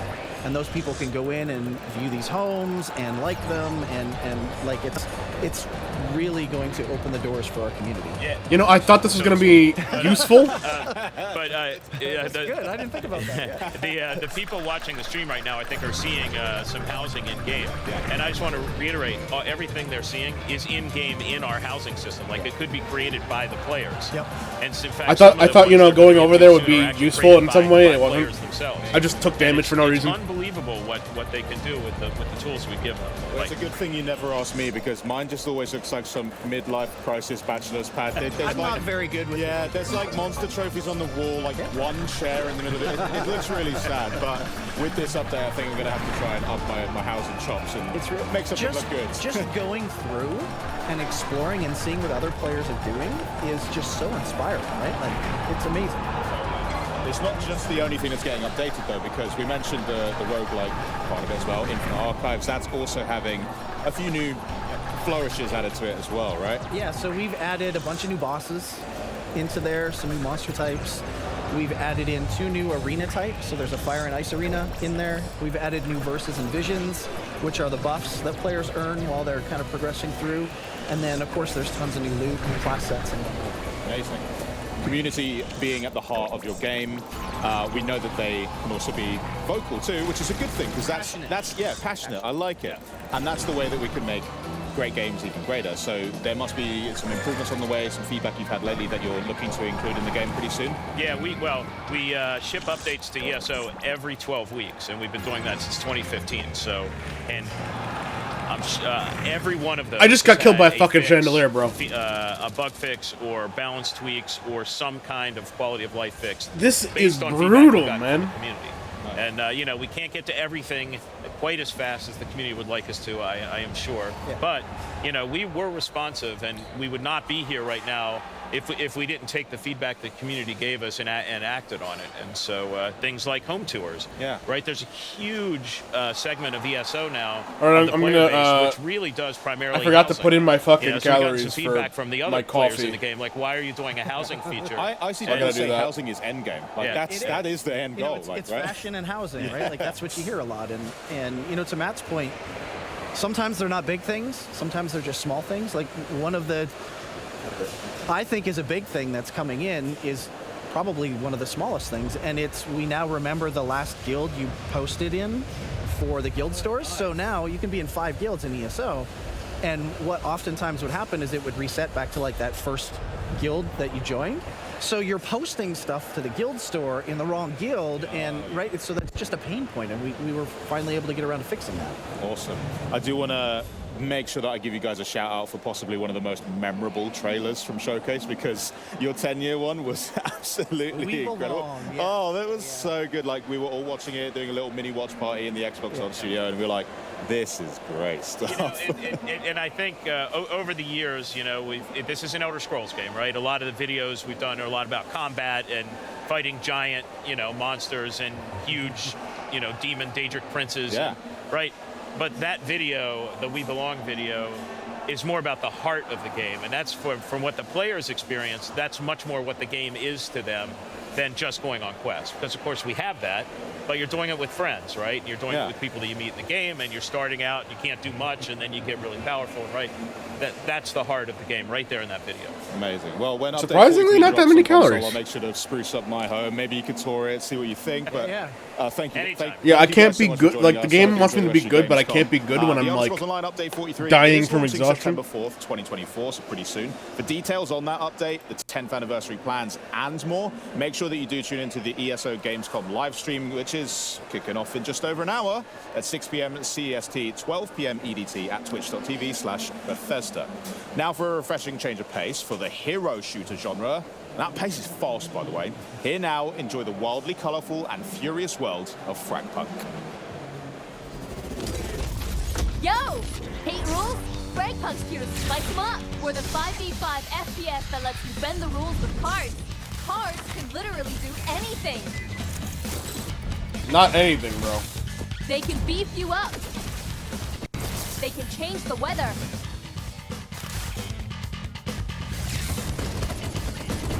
They even interact with each other.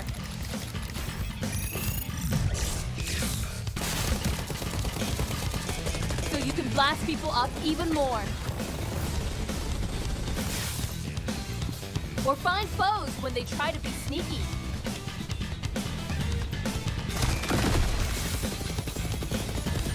Crush them with massive force. But remember, they've got tricks of their own. If you're down on luck, then you better have a good team with you.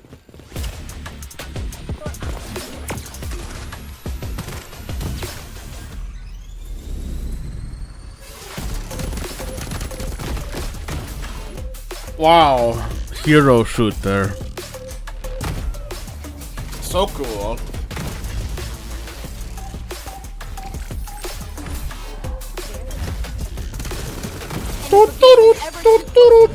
Then be ready to duke it out one-on-one till the last one stands.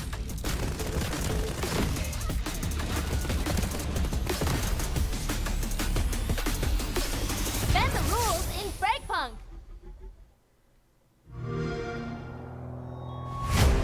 I like it. I'm a cut if I like it. I like it. I like it. Oh no!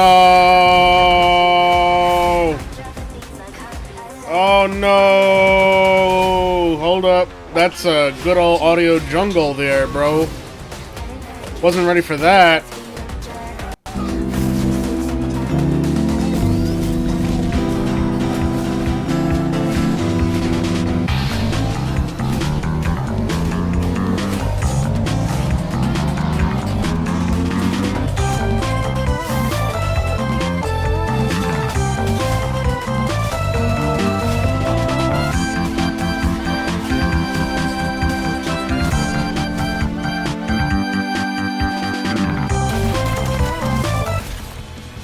Cool. Another prison guard. Good luck, mate. You're gonna need it. There's one escape pod left, but you're not the only geezer bolting after it. There's a lot of wankers between you and the sweet taste of freedom. Just a bunch of psychos gunning for the same prize. A lot like me. Better luck next time, mate.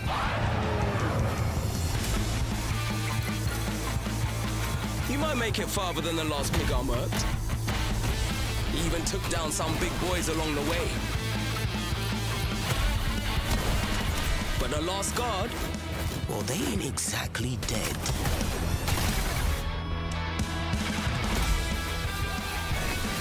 Looks like one of you guards finally put some big boy pants on. Brilliant. Cause is just getting started.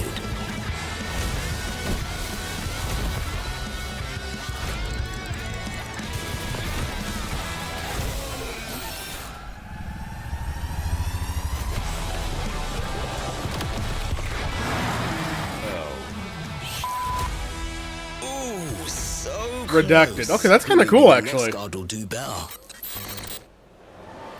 Well, Redacted looks absolutely amazing. We're super excited to be officially revealing the game today. It's from the minds behind the Callisto Protocol, and it's a frenetic roguelike with a darkly comic twist. Here to tell us more, please welcome the head of Striking Distance Studios, Steve Papoutsis, and creative director Ben Walker. Guys, welcome to Germany. How are you? Thank you so much for having us today. It's great to be here. Awesome. No, so this isn't the first time that we've actually seen the trailer. We've seen it where it was under the code name Project Birdseye. Can you tell us a little bit about the secrecy and about Redacted now? Sure. So when we first started thinking about this project, we started prototyping from the controller out. We were really interested in creating fast, responsive controls that worked for melee and shooting and our energy mechanic. And so as we were developing that, we then talked about the types of games we liked, and we found ourselves playing a lot of roguelikes. What we liked about that particular style of game was the replayability and the experimentation that occurs. So you have strategic and tactical choices. So all of those things kind of came together, and as we were prototyping it, we thought, well, let's see what people think of this. So we released that trailer that you mentioned for Project Birdseye, and that was met with positive reception. So we're here today with you, thank you, to announce the official name of the game, which is Redacted. No, it's amazing to see it, and I know we're going to be going through a load of gameplay as well for viewers to be able to check out.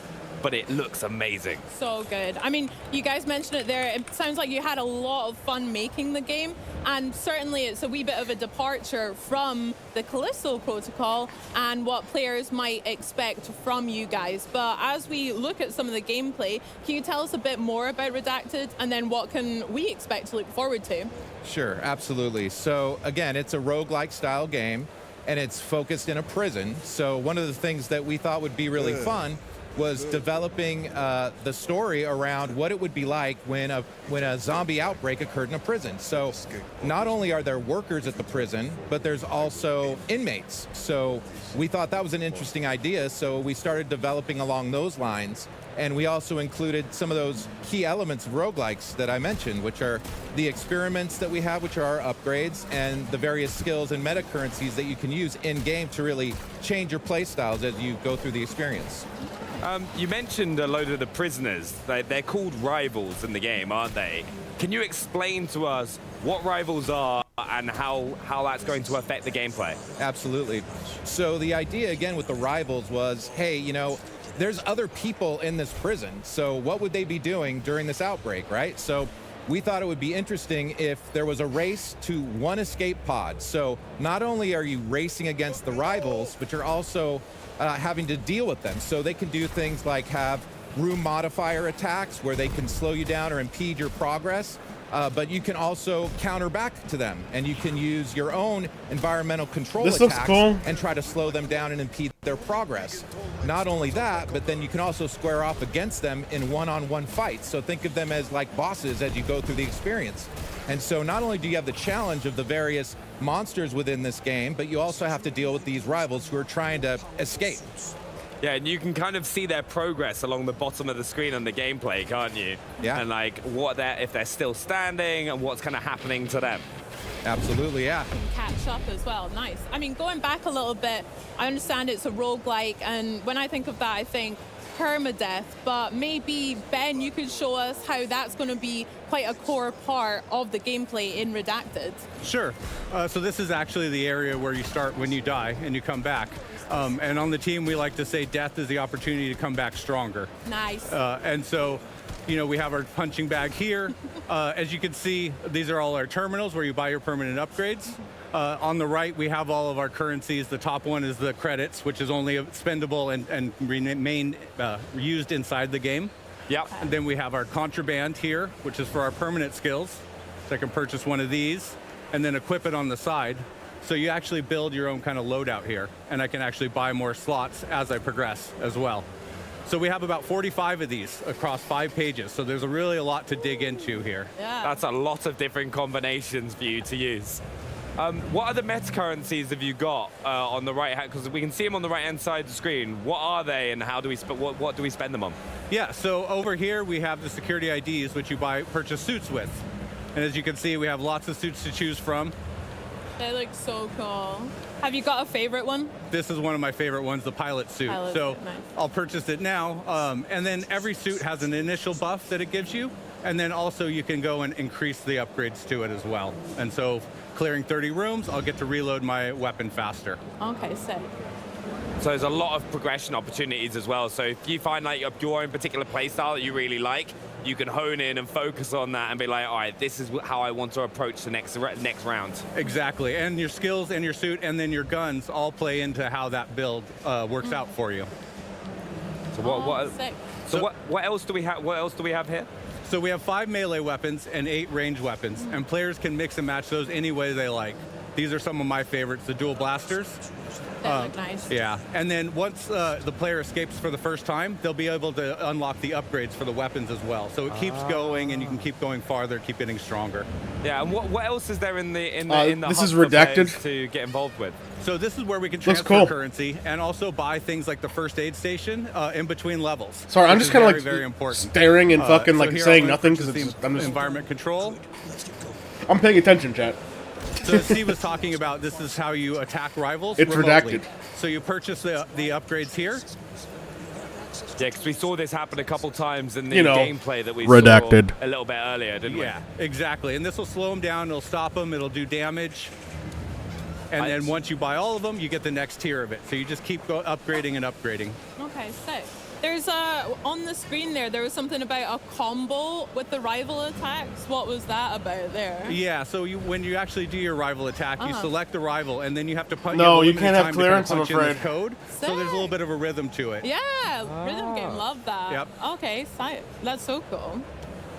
And then the final two we've got are the redaction map and the performance review center. What are those? Yeah, so the performance review is a summary of your run. So here you can see what experiments you used, how many meta currency elements that you collected, the schematics and the fabrications. So this is a good way to kind of strategize as you go through, see what you did before and see what you might try to do next time. In addition to that, we have the Watcher log, which actually provides a lot of deep statistics for you. It's fun to kind of min-max and see how you did against the various rivals, which experiments you tend to gravitate towards, and you can see that all here. So it's fun to kind of dig into the statistical element of the game. It's also where I can see people getting so competitive. That's like going like, no, I can get a faster time than you. I can do better with this setup, and see like all that kind of comparison. Like I know, What's us for on the lunch? Xbox I On have team no would do that an plans. absolute ton on stream. How many Stumbaton skills have you got or something? Yeah. Yeah, exactly. And then we've got the redaction map. Yeah, so this ties into kind of the mystery of our game. So Probably here you're pizza. going to find out about the Probably rivals. leftover As pizza. you go through the game, you're actually going to find these computer rooms, and when you interact with the computer room, you're going to see these dossiers. And as you go through and unredact the What was that information about? here, you'll actually be gaining positive buffs for yourself. So you're going to be increasing the damage you do against the enemies. You're going to be creating vulnerabilities for them. And so you'll also be doing all that. And in addition to that, you're going to find out more about the rivals and a little bit of their backstory. So it's a key component to Chad, I really swear being to God, able I'm going back deal to with sleep and after this handle is the over. rivals. No, that's awesome. What I do I'm know so is we've got fucking a tired, lot man. more gameplay to check out, because it'd be amazing to see all these different like weapons and upgrades in action, so you can talk us through it. Yeah, So absolutely. Let's check out some more gameplay. But honestly, one of the things I love so much about games is when there are so many options for you as a player, and that's what Redacted has for you to progress and improve. So Bex, what do you think as well? I mean, yeah, I'm really enjoying this kind of like secret element to the dossiers. But and yeah, these it rivals. looks like your Really like some of corpse these from your findings last that we've run got. There's some interesting topics comes that back to fight I'm you excited to explore later. in the next run, which sounds cool to me. I like that. Here. Yeah, so this is a mysterious figure that we call Mr. Green. Mr. Green. He's a bit of a cleaner, and he's at the prison. We don't know why. Hopefully players are going to find out. But he'll be interacting with you and kind of providing you some insights as you progress through the experience. Okay. And so, yeah, I don't want to give away too much, No. but Mr. Green is a shadowy figure. Okay. Seems like we can trust him right now, but given all of the rivals and all of the other people that you've told us about so far, I'm not too convinced I don't know yet. if you can ever trust a shadowy figure. That to me is just like, especially one in a prison, that just doesn't seem to work. But because there's so many options of how to play the game, can you kind of run us through some of your favorite builds? I think this is us going up against one of your rivals right now, isn't it? Yep, absolutely. Like Steve mentioned, we call our upgrade trees experiments. Yeah. And so we have a total of 115 of those in the game, split up against across 7 categories. A couple of my favorites are the biotech, and mixing that with the electricity or the energy build. Speeds up rates of fire, and then biotech has a great skill called Rot, which enables enemies to explode on death. Nice. So you can see we're using it right here on his main fire. Oh, cool. I love an area of effect. That's always helpful. Yeah, there's also like constant combination of using melee and ranged attacks, isn't there, throughout the gameplay? There is, and since you don't get to choose which upgrades you get to pick every time, you'll find yourself exploring and finding new ones that you weren't expecting that turn out to be really fun. And so we've had a lot of people start to play different ways just because they stumbled on a really fun build. Yeah, it's always going to be one of the funny bits. It's like, you're going to go, no, I'm going to go use these guns because this is what I want to use. I love them. And then you'll be like, wait, no, that's like the most powerful melee weapon in the game. I'm just going to go melee build or something like that. Yep. I like it. So Ben, yeah, you're much more of a corrosive kind of area of effect, rapid fire build. I like that. That's Absolutely. cool. I'd probably go for something like that over like a strength build or like close combat kind of build or whatever. What do you think you would do? See, I've always been, right, I was like, keep a distance. Like, Yeah. I played as like, Calculated. yeah, no, I was always like an assault rifle player and like FPSs. I was like, kind of keep a distance, kind of like kite people. But one thing I want to point out here is there is a glowing corpse which you see throughout the game. They Oh yes, I was always an assault rifle player in FPSs. You mean more about that? Yeah, so that's the actually most your default last corpse, gun exactly where you died on in your an last FPS. run. Yes, and he of course. has the exact same build you do. So at the end, The once most combat's basic over, you can bitch. choose to fight him and get back one of your skills, but at an increased power level. So, but it's always risky, right? Because if you had a really good build before, it might be a hard fight to win. So you got to kind of pick and choose your battles. But it is a way for you to get something back that you had on your last run that you really liked. No, I can just imagine though. I just Bex is never gonna see the glowing corpse. I know. That's like the nicest thing you've ever said to me. Oh, What do you thanks, Penny.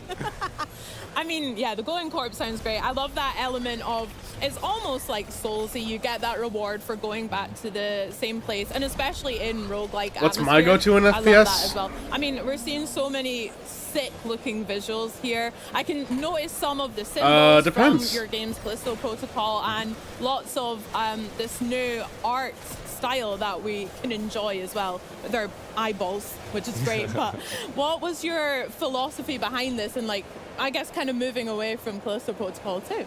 Right, so we wanted to create something that was different and lean into things that we really enjoy. So we're big fans of comic books, I'm a fan of the graphic shotgun, novels, and we also or- wanted to have more of an irreverent, fun tone to this game. Depending So we on how gravitated towards good the it style is, and look that you see in the game. It's a I little might bit go for a more pistol, vibrant, like a normal colorful. pistol. It's gorgeous. And it allowed us to really experiment and play around with the variety of enemies. I think we have over 34 enemies in the game.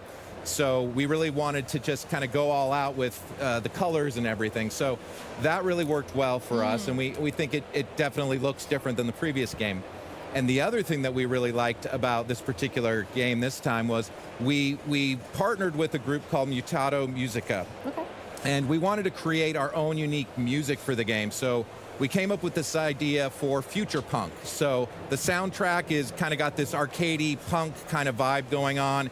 And we really enjoy it, so we're pretty excited about that. I love that. Yeah, no, Future Punk is definitely something I think I could get into as well, and I love the art style. But Ben and Steve, like, big thank you for joining us. Well, but if you got I any can do last more damage words with for a everyone good watching, pistol than I can with like an about assault rifle. Redacted? Well, we hope everyone enjoys playing it as much as we enjoyed making it. The team had a great time doing that. Yeah, and I'd like to say thank you very much for allowing us to reveal the game name today with you. And I want to thank the team at Striking Distance for all the wonderful work they did for this project. Thank you. Heck yeah. I mean, yeah, thank you for letting us be included in this honor as well. We'll definitely be watching out for more Redacted. I cannot wait to get my hands on it when it comes out on October 31st. Very scary. Pre-orders are open right now. This is good, So no coming problem. up, Give me we've that got a sim Nazranium. that is unlike any other sim we've seen before. But first, fans of the first Sim? What? Descendant have been not so patiently waiting for more on Season 1. Well, guys, the wait is over. Let's have a look.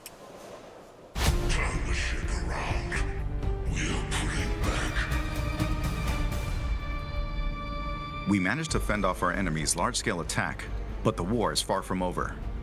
The Colossus still threatens us, and our enemies are plotting new strategies.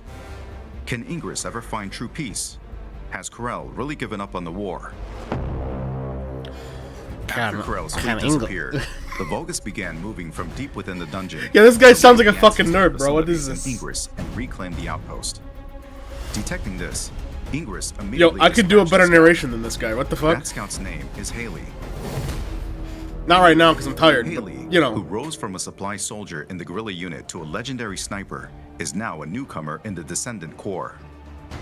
Ruthlessly eliminating enemies with her anti-material sniper rifle, she dominates With her battles anti-material ability to sniper drop her rifle. body temperature and mid-cool What layer the fuck, when her man? emotions run high. When shooting from a distance, her weapon's critical hit multiplier increases, making her an excellent fit for sniper rifles. Sniper She rifles. possesses sub-zero bullets that fire multiple Is this a shots fucking in AI instant, voice, bro? and What is storm this? snare that pushes back and rapidly cools down enemies in front. Above all, Haley's specialty is switching to her anti-material sniper rifle and This is an AI voice, chat. Powerful shot. This is an AI voice. Any other This is an AI narrator. I'm telling you. In season The way he's 1, saying the sniper Vulgus rifle, launches a new sniper strategy, rifle, the sniper invasion. rifle. Like, what the fuck is that? Invasions That's occur AI. randomly in 2 dungeons of the It's hard gotta be. difficulty infiltration It's gotta be operations. AI. Players can choose to enter between the existing operations or the invasions. Invasion dungeons are only available for solo play. Testing Can't the afford to strength hire of a the fucking Descendants, narrator 3 Vulgus legions for, will like, block the Descendants with different defense $100 mechanisms. bro. The quantum field Even though we're creates an spending immoral state, billions of dollars every impervious to physical month attacks. or whatever the fuck, The you know? resonance shatterers cause massive explosions with You the know? energies What the of fuck, RK man? and the Iron Heart. The Keeper Tile encryption device maintains a powerful security system. Invasion dungeons present new mechanics that disrupt the Descendants' operations. Solve these enemies' mechanisms and swiftly eliminate them. Invasion dungeons are designed for speed runs. And if it's not an The AI, faster you clear know, them, if it's not an the AI greater the narrator, rewards that await. then this guy sounds like an AI, and I'm sorry, that's just After coming bad in quality contact with the Iron Heart, voice work, bro. Descendants experience an RK resonance phenomenon. This resonance grants the Descendants new powers. It's the season growth inversion reinforcement. Inversion reinforcement is a new growth system that resets at the start of each season. It includes 5 types: hunting, attributes, recovery, survival, and seasons. Through the inversion reinforcement, Descendants gain beneficial effects for progressing through seasonal content, and can also obtain effects that compensate for their weakness. Each season, we plan to tailor and replace the inversion reinforcement effects, providing effects that perfectly fit the seasonal content. Hey, yo, booty. In addition to a new Descendant, a new Ultimate Descendant will be introduced in Season Nice. 1. Ultimate Freyna, who has evolved RK's toxicity into a more powerful weapon, will make her debut. In Season 1, you can discover Freyna's exclusive story. Can't be more generic and than uncover this the thing. tale behind the name of her skill, Room Zero Trauma. Excava is an assault rifle with powerful versatility. It can be obtained through the Battle Pass and is also available Battle as a free Pass. reward. It's a Excava voice. charges It's an AI voltage voice when chat. attacking enemies and has a unique effect of Nobody firing the fucking charged talks like voltage that. as It's an energy AI. grenade. It is a versatile weapon that combines Battle the inherent Pass. versatility Like, of what an assault are you rifle talking with about, a bro? powerful shot. Frost Watcher is a scout rifle that can be farmed through the Season 1 content. When hitting enemies from long range, Also, he it says reduces content chill the same way every resistance time. No, and this is enhances AI. the damage of one's chill skills. This is AI. Making it a perfect fit for Viessa and Haley. If you've prepared a new Descendant, ultimate weapon, and inversion growth, it is now time to face the most powerful Colossus, Deathstalker. Deathstalker lurks in the darkness of the void, targeting the life of Descendants. It is stronger than Most any boring Colossus man in the encountered world so who far. To who protect literally Albion says from the words threat the of exact Deathstalker, same we way, must like once again the exact same venture into the strange void, way every unravel time, the you know? mysteries within the darkness and intercept Battle Deathstalker. Pass. I don't know what the other one was, The but first Descendants first season begins on August 29th with Haley, a new Descendant, Ultimate Freyna, and the new Ultimate Weapons. New episodes, dungeon content, and void intercept yeah, battles content. await you in Like the way he Albion. says content is the same every time too. First Descendant, Season 1 Yeah, Invasion. yeah, it's Play AI. for free.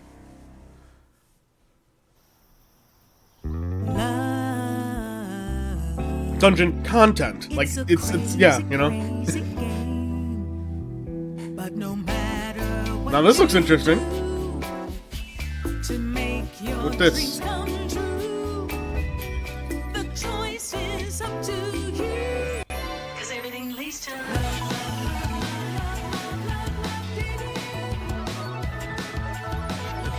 What in the world?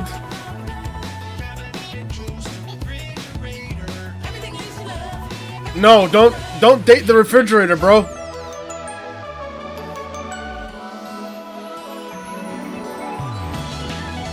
Horny glasses. This is my scooter. Il ragazzo pazzo. You know the gentleman goes around. No, this is one game, Joe. Name's Hoover. My friends just call me Hoov, though. Besides, we both know you're cheating on me, so it's only fair. I wish I was cheating on you. You can date anything in this game, chat. You can date your couch.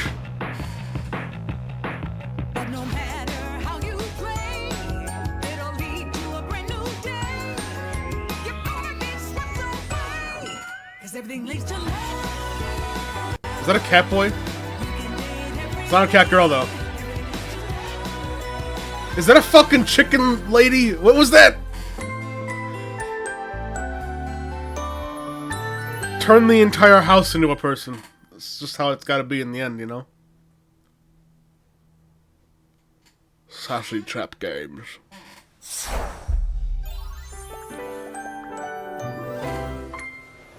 As developers of the relationship testing epic that is the Overcooked series, if you know, you know, it seems fitting that they would take on a dating sim in a rather unusual way. Here to tell us more about the quirky home furnishing dating fever dream, this is Date Everything from Sassy Chat Games. Please join me in welcoming co-creative lead and executive producer Robbie Draymond, writer, producer Amanda Hubbard, and lead writer and designer Ray Chase, all the way over there. Hi, Ray. How are you doing? Thank you so much for joining me. How are you all doing? Are you having a great Gamescom? Really, the best Gamescom. And, Yeah. Are they wearing matching jackets, chat? I know my name said Amanda, but I'm actually Tiago today. I'm sporting our lead programmer's jacket because someone stole my jacket out of my mailbox. So if you're watching this, if you could please bring my jacket back to me, I would Cringe. appreciate it. Thank you so much. Cringe. Wonderful. So all good, maybe aside Cringe. from Tiago and the missing jumper. Poor we'll see. Tiago. There we go. Now, I most likely confused people in the intro of what exactly I was talking about with the game. So for those who don't know the premise of Date Everything, tell us more. What exactly does that mean? Sure, this is an absolutely bizarre game that has never been made before. You start out, it's almost a first-person shooter, as it were. You get a job as a customer service agent doing some remote work. You are Should have a good immediately on idea. your first day replaced by AI, but there's nothing to fear because your entire existence will be changed when a mysterious package comes to I have your a front great door, idea right which now, holds chat. these glasses called the Dateviators, which allow you to directly acknowledge a thing's existence or date see. everything in front of you. Because that's the first thing I would want to do if I put special glasses on, is like, who do I want to date? Exactly. It's very intuitive. Absolutely, yeah. I feel like you've made the game of my dreams. What about any other things to add, or is Ray basically just nailed that? No, Ray's our lead designer, hit the nail on the head. Yeah, sure, yeah. It's perfect, yeah. But the idea just came from a random day yeah. when Robbie and I were joking around. Well, I like our game. The idea is a joke at the beginning, Okay. but underneath there's so much more. And yeah, we just pitched it out during a voiceover session we're doing together, and then a couple days later, Ray came to me and says, I think I want to make this a thing. There's something here. And the next thing we knew, we were filling out contracts to start a video game company, and here we are 6 years later. It's Let's wild. fucking go. Okay, well, we can't talk about a dating simulator Let's without fucking asking what we're go. dating. You see where I'm going here. So Sure. tell me a little bit more about who it is we're going to be interacting with. Ooh, yes, absolutely. Well, it's everything. It's the name of the game. It's literally Finish everything. the segment. That's the game.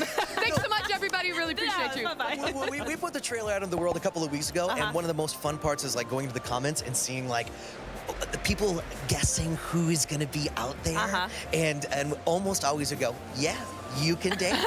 It's the name of the game. Yeah, but I think we all have our favorites too. Definitely, for sure. Yeah. Oh, I mean, do you want to talk about your favorites now? Sure, yeah. Do you have anyone in mind? Oh, it's I so looked- many. I Too looked many. out of the bag on Twitter a couple of weeks ago when we got to reveal Ben Starr as Dorian the Door. Massive Nice, fan of his yeah. work, and what an interesting character. This is a character, in this game you can get love endings, friend endings, or hate endings with every one of the characters, and Dorian stands up for those who are looking to just be friends. For that playthrough that's a middle of the road, not really looking to date everyone, and he's an absolute champion of friendship more than anything. We should say that for the people that don't know, because it's not directly revealed in the announcement, is that every character has 3 different relationship statuses that you can get an ending with. Interesting. Yeah, it is date everything, but you can also befriend everything, and you might just hate them too. Hate everything is my kind of game. Maybe there's a way to play it as hate everything. We'd be remiss if we didn't do it. Oh, I love it. Yeah. I was going to say Tiago then, but that's... Yeah. Tiago, if you could jump up here. I'd have to go with, I think, Von Trapp. Hilarious character, and probably one of my favorite sessions that we did. It's so funny. You can't go through Von Trapp's story without laughing, crying, sobbing. It's so good. We had an amazing writing team of about 30 individuals, Wow. and they all put their unique perspective on it. And then the voice actors came in. And added another layer, right? And when you're talking about a character like Von Trapp, which is Dana Snyder, who you might know from Aqua Teen Hunger Force, Master Shake, a ton of other comedic stuff, he just kind of went wild. And Tiago, our poor programmer, had to deal with all the changes. The real Tiago. Okay, of course. Yeah, yes. and it is such it's a great character. My favorite is kind of our mascot, Skylar Specs. She's plays the actual aviators themselves, and though they're a mechanics character that sort of show you how to play the game, the writing is she's so lovely, so fun, so. The writing is so good. Please, the writing. Well, okay. Falling in love with me, I guess. That has been the nature of our friendship for the last 10 years, pretty much. I can't resist a good beard. But then we brought in nerd icon Felicia Day to come in and play Skylar, and she brought this whole new level of charm to it. So yeah, we've all got our favorites, but I think those are our top 3. I love it. We might change this. Someone asks us next week. Don't worry about it. Every single day, I feel like every playthrough you'd find a new reason to love someone else. All my children. I can't actually pick. There you go. I'm sorry I made you do so. I do want to stay on the topic of voice actors, though, because obviously yourself, you've done quite a lot of work here at the table. So what's it like moving from performance to development on a title and being behind the scenes a little bit more? Oh, absolutely. We were unprepared for the amount of work that is to make video games. One of those things that looks like so much fun on the outside, and yes, obviously we've had a blast, but way more spreadsheets than you ever thought possible. But we've all learned a ton of lessons. We've all upped the amount of hats that we wear making this game, and it's something that's absolutely the high point of my life. I'm so proud of our team and where this game has come from the original inception to actually being able to make 100 characters that all are different, that all have different playthroughs and styles, that you can really play this game for a really long time. I can't believe that we actually achieved that. Yeah, as actors, we're in a really unique position because what we do is very forward-facing, but it's very low man on the totem pole when it comes to actually being the creative force driving whatever you're making. So for us to come together and be able to make something of our own and then put it out into the world, not only is one of the most rewarding experiences, it's also terrifying. But that part of it was over. We gave the world the conceit, the idea, and from what we can tell, they said yes. So we're so excited for everybody out there, you all, to play it. It's the best. Do you think it's maybe changed your perspective the next time you go to voice something that's someone else's game of like, I suddenly understand everything that went into this one, actually? It already has. I think the very first session that I got into post being like halfway through production in this, my outlook on the entire script was completely different. And if I do say so myself, I think the session went even more smooth. Did Comcast die? Son of a bitch, it did! Be more judgy now. No! To schedule actors, and so I will make myself more available to everyone. Yeah. Actually, I want to mention the actors a little bit because we've already heard a couple. Felicia and Ben, I'm on first name basis here, clearly. There's a well, I mean, you know, chat. roster. Comcast is shitting itself again, bro. Messages like, hey, do you want to just come do a voice? Like, what was that process like? For us, it's Comcast again, bro. We're told in the appearance of and the background of our characters, but hold also on. in like the level and it might be fixing itself. Hold on, hold on. We have a lot of AAA names, household names that everybody knows. We have a lot of are we good now? that we really like and wanted to give them a broader stage. We have non-traditional actors who are coming in and doing roles. We got to run the gamut on our casting. We have film and television actors. We've got. I dropped 1,360 frames in about Broadway actors. 1 minute. One of my good buddies did his first ever video game ever. I bet that's a fantastic performance as well for Broadway. I'm back, I guess. Chat. It's gonna be a big one. Yes. But there was a lot of texting. It was literally like, hey, hopefully it doesn't do that again. Are you free on Thursday? But the funny part is word got around. We recorded for about 5 months, about 180 sessions or so. There's 70,000 fully voiced lines in this game, 1.2 million words. It's a monster. Wow. But word started to get around that the sessions were fun. And then it went from less of a, will you please be a chair, to be like, can I be a lamp? I'll be a carpet. Just let me in. A coffin? A carpet. I thought you said a coffin. No, that's the mortuary DLC. Spooky DLC. Halloween update. Yeah. Can I? I'll do that. I'll do that. Yeah. Anyway. Yeah, I think I'm good now. I think. Right, we're gonna go down the bench here. Okay. I want to know who you are in the game because it's worth mentioning that you're gonna write the theme tune, sing the theme tune, like you're in it. You're all over it. Just so you know, this is an Xbox exclusive, then, right? Because oh we no. who we play in the game. Okay. Okay, I'll go first. Yeah, go ahead. I actually play 5 roles in one.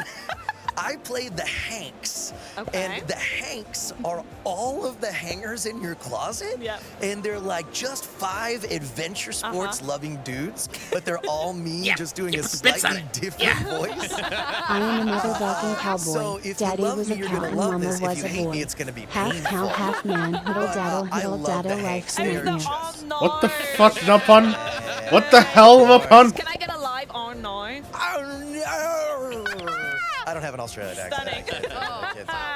But they're the Hanks are. We had one of somebody play through it today, and they had such a blast. I love them. I hope you guys love them too. Yeah. Yo, baby. Who are you? Me, I play Rebel, the rubber ducky. Oh. Rebel is very edgy, has a bad attitude, doesn't want to hang out with anybody, really don't understand why you keep talking to me, but secretly underneath, Rebel might have a little bit more heart than that. Maybe, probably not. But definitely can't reveal that. You got to work to get there, though, for sure. You really have to put in some effort. Although already Rebel is winning the fan art contest, right? Yeah.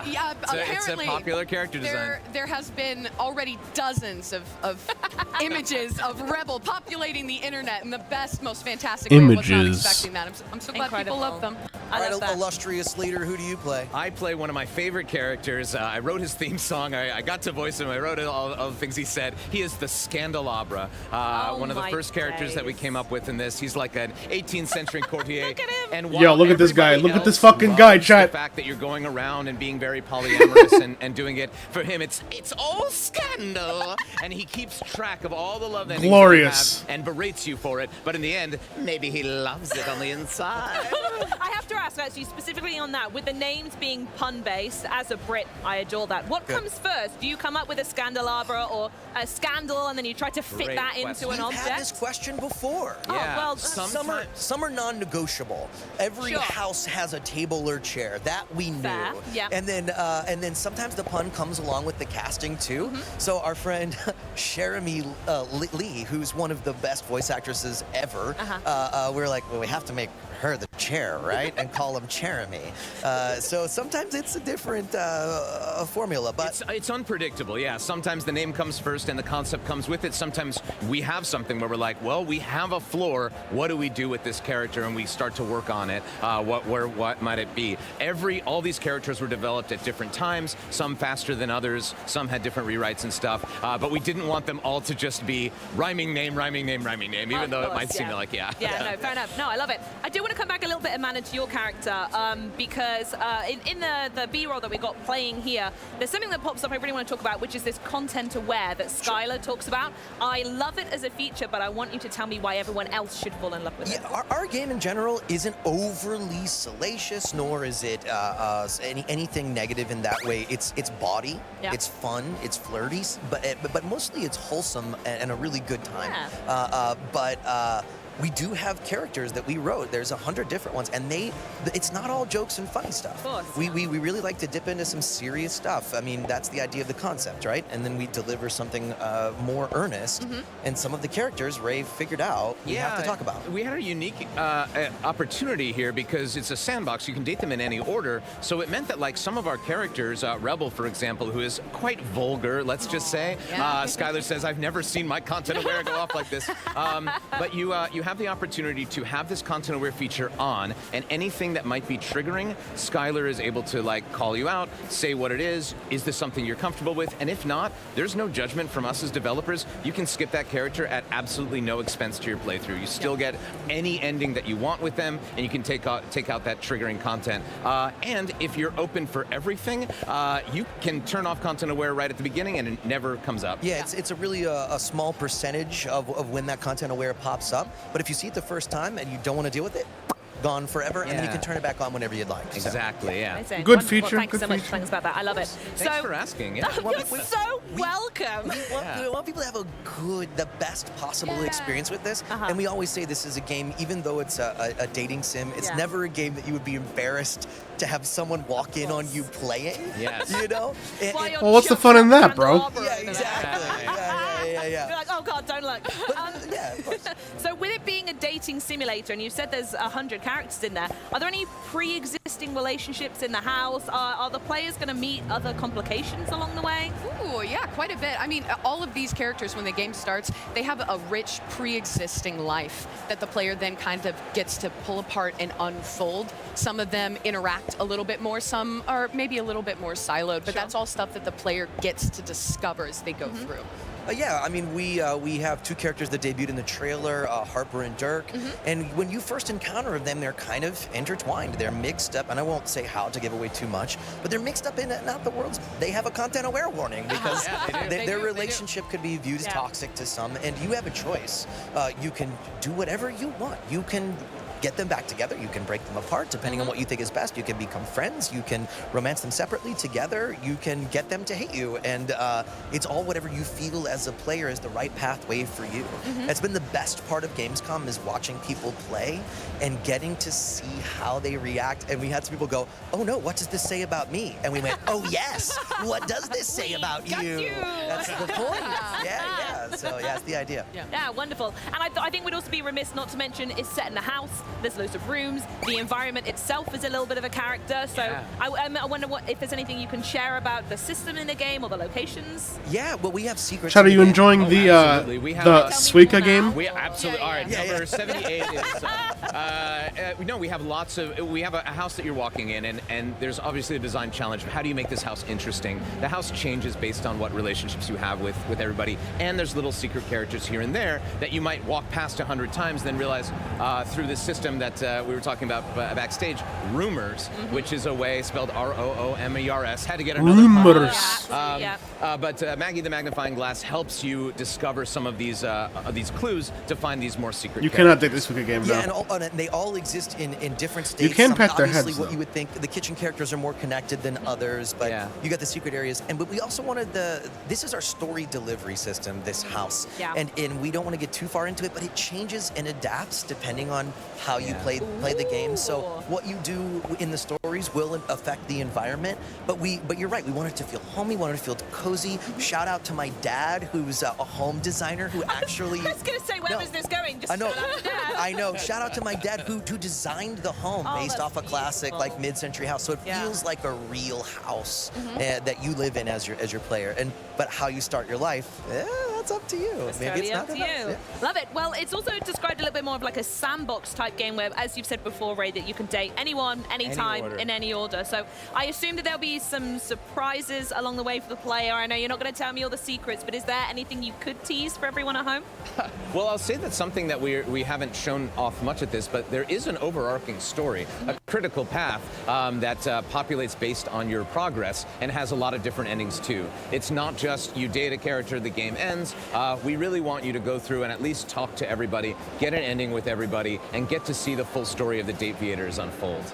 Interesting. Well, I cannot thank you enough for stopping by. I'm going to say it out loud, and I'm going to get hated for it, but this is my highlight of the show. Like, truly, it's been a joy talking to you all. I hope you have a phenomenal Gamescom. I'm going to come down and play it myself after this and see who I can start dating, and I'll let you know who my favorites are. But one thing is for sure, I will never be looking at a fridge the same way again. Coming up, we're going to take to the skies with the latest map and join new planes to join Microsoft Flight Simulator. Then it's back down to earth with the latest updates coming to Fallout 76. Oh no, Microsoft Flight Simulator. I want to be so Kazan as he survives exile, interested in that, chat. and relearns the forgotten skills So of battle interested. that once helped him save an empire. Check out this deep dive into the first Berserker, Kazan. Oh, what is this? General Kazan, who once saved the Empire from the Dragonkin, Oh, survived this against guy is all back, odds chat. while being exiled This under guy is false back. accusation of treason. He embarks on an adventure to uncover the truth behind his downfall. Or is and it, seek is it revenge actually a against his voice enemy. actor this time?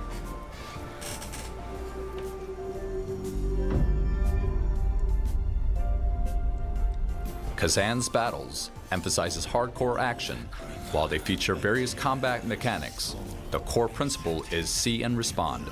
We've put significant effort into creating precise and vivid combat experiences based on this concept.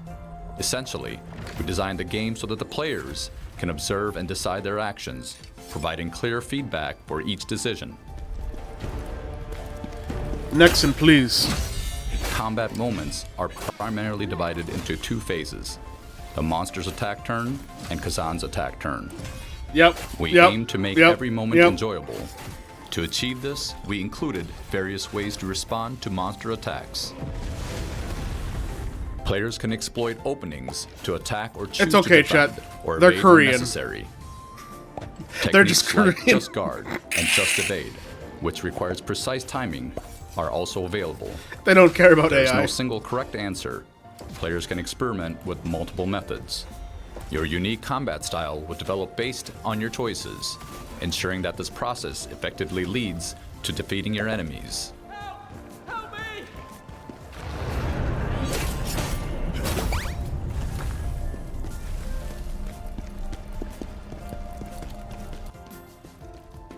Preemptive strikes are a key strategy for tackling powerful enemies with ease.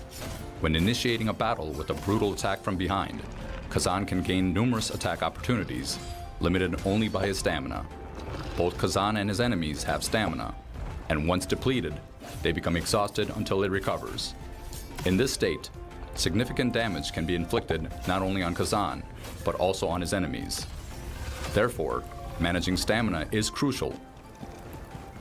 Good management can create advantageous situations, while poor management can lead to serious danger. Is that true, Nopon? Can good management lead to advantageous situations? In battles against strong enemies, including boss fights, using stamina strategically is particularly crucial. Inducing stamina consumption or successfully landing high stamina damage attacks to cause exhaustion is key. Once in an exhausted state, dealing maximum damage through various methods become the core strategy for overcoming bosses. Additionally, targeting and destroying weak points can inflict significant damage and provide extra attack opportunities. Kazan is a skilled warrior who can proficiently wield various weapons, allowing you to experience different combat styles that maximizes each weapon's advantages.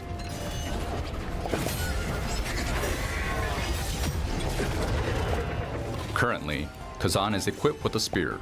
Although its attack power is somewhat lower, it features long reach, wide range, and impressive combo attacks, making it particularly advantageous in stamina-based combat.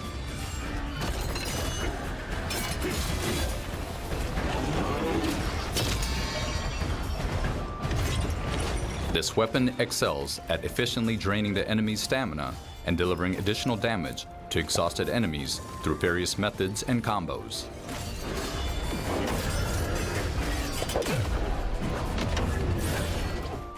The Great Sword is another weapon Kazan can wield. The Great It Sword. offers the option to charge most actions, favoring slow but exhilarating and powerful strikes. This weapon excels in solid guarding and counterattacks, enabling a satisfying playstyle that can crush enemies before even engaging in stamina battles. Kazan is an action game that focuses on the fun of character development. As you progress, you'll acquire items and skills, evolving your combat from careful and strategic to powerful and exhilarating. Kazan's What does that even journey mean? of revenge is about to begin. Don't miss out on the chance to experience the hardcore action of the first Berserker, Kazan, in the technical closed beta test, starting on October 11th. They just said words to me. Players can join through the Insider program. God damn it, Nexon. Stop with the voice. Stop with the AI voices, though. I'm Come on. gutted that I'm not seeing you in person, but I hear that you're in Seattle. Yes, it's like the first time in at least 4 or 5 years that I'm not going to make it to Gamescom in person, which is a huge bummer because I love the show, I love the people. Who are you? I love the vibe, the gamers. Who? So yeah, but plus we always have a community event where we meet with the hardest Who's this core jabroni? flight sim enthusiasts. But honestly, we're 13 weeks away from the launch of Microsoft Flight Simulator 2024, and you know there's almost so much to do to make sure that everything is perfect that I'm just gonna have to stay home and work on the new set. How are you feeling? Oh, it's such a shame that I have to stay home. Man. Yeah, I think it's awesome. I mean, Microsoft Flight Simulator 2024 or MSFS 24, as we now call it, it is the biggest undertaking ever in flight simulation. It's the biggest fleet, the most airports, the most Also, good flight quality on the best microphone. It sounds like physics someone's we've ever fucking like. The digital twin is taking. It really sounds like an leaps Xbox forward this time. We microphone. Let added me tell you. seasons, worldwide ship traffic. Worldwide oil rigs, You hear the heliports, crackling? glider airports, It's awful. Animals. It's massive. And in MSFS 24, it's the first time that you can exit the aircraft and walk around. So we added tons of detail everywhere on Earth. So it's just huge. And on top of that, we've added an all-new career system where you can pick from dozens of authentic aviation activities in a career. And that adds a completely new dimension. In the Korea? Did he just say in the Korea? And so you can be like a firefighter, or a Excuse me? firefighter pilot, or a cargo pilot, or a crop duster pilot, or just a passenger airliner pilot. And on top of that, we added short burst activities like low altitude challenges, landing challenges. Just if you have a little bit of time, you can have fun in flight sim. That is an insane amount of content. I also love the landing challenges. I once somehow managed to get 1 point on them, but you know the Xbox One team all laugh at me Skill for issue. it, but they are so much fun to do. But you Skill may not be in Cologne issue. in person this year, but I know you are very keen to share some goodies with the community. Can you tell us what? Yeah, it's actually one of my greatest joys every year to come to Cologne and to bring something to the community that has local relevance. So I don't know if you remember last year, we did EDDK, which is the Cologne-Bonn airport, and we launched that alongside some European cities and a German plane called the DoX, big flying boat. The year before, we had City Update 1, where we actually had scanned the city of Cologne and Bonn and Düsseldorf and Dortmund and Hanover, so really local cities. That's just We a had silly launched name. The Junkers F-13, the first all-metal airliner in the world. And this year, we went all in. So I'm happy to announce we're launching World Update 18, which is the DACH region, so Germany, Austria, and Switzerland. And we have assembled a huge amount of data for this. So we are launching all new aerials. So these are basically the satellite and aerial imagery that we use for textures of the landscape. And we're actually using the ones that we're going to launch in the next simulator in November. But we wanted to give a preview to the community. And then we have all new digital elevation maps. They're called DEM.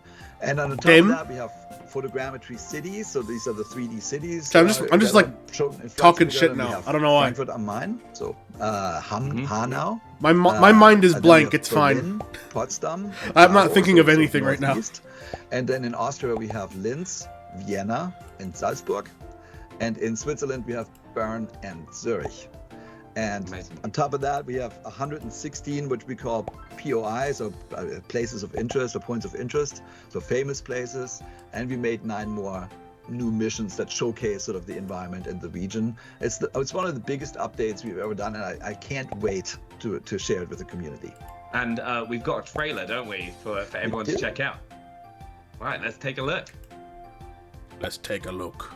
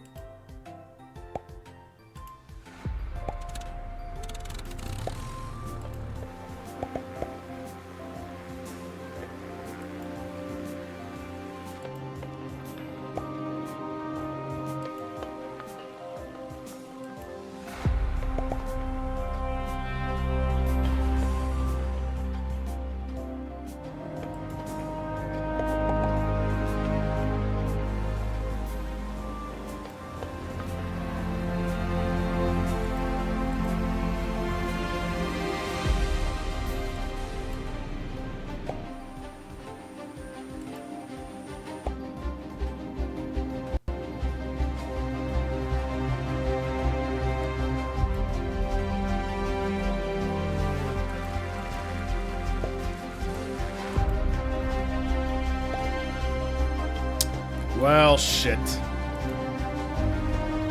Ah!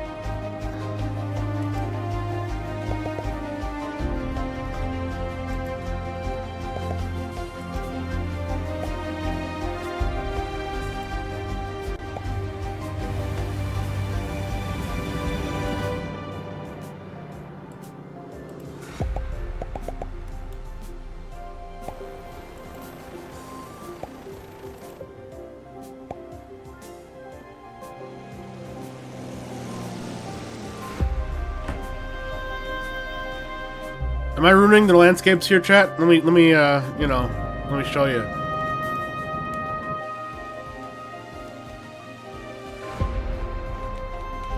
I should at least not have the game open for the trailers. I'm improving the landscapes.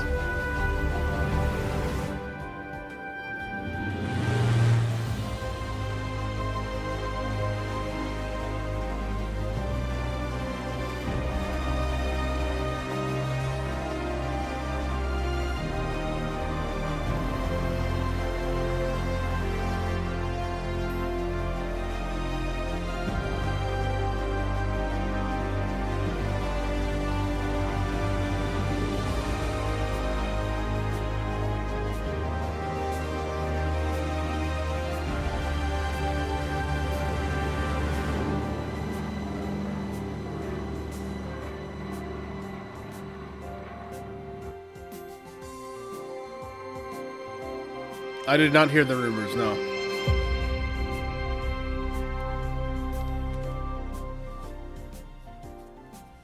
That actually looked stunning. There's so many amazing places to check out. But I know your team does an incredible Didn't job. the guy that with was these leaking world those get, updates, like, and fucking I hear this one destroyed? hit close to home for you. Yeah, thank you so much. And I'm honestly Leaking I'm so those proud that reliably, we at can least. basically bring regions of the planets to life with these world updates. And this particular one, I don't know if you know this, but I was actually born in Frankfurt, and I, as a little kid, grew up in Heinstadt, which is near the area. And then my mom comes from Darmstadt. My brother lives in Buchschlag. So when we got the new data, I immediately went into the game and into the sim and looked at it, and I found the house I grew up in, the kindergarten I went to. I was like, and then here's the house my mom grew up in. My brother lives over there. So it's super cool, and it's amazing always when I see how accurate everything is. Yeah, and I can imagine when you can go walk around as well with the new update. It's like you really get into that like nitty bitty detail. Yeah, exactly. Yeah, I mean, it never ceases to amaze me. And we call that the digital twin. The whole goal is that we have a real one-on-one representation of the entire Earth. And you know, the world, I always say the world is full of sensors. So there's sensors and satellites and aircraft, your phones, your cars. And we get all this data and we can feed that back into the sim. So it's getting better and better over time, which is just so cool. Yeah, and now that we've seen the world update, can we expect a new aircraft to go with it? Always, you know, we call those local legends. So when we do a world update, we try to basically highlight important things in the history of aviation relative to that region. So for Germany, we did a few already. We did 2 Junkers and 2 Dorniers. And today, I'm very proud to announce a very special plane from Bremen. Yeah, I think he did just Fokker imply that, yeah. Condor. And it was first flown in 1937. Not and my at phone, the though. time, it was 'Cause the I got no most data. sophisticated airliner in the world. And we have a trailer.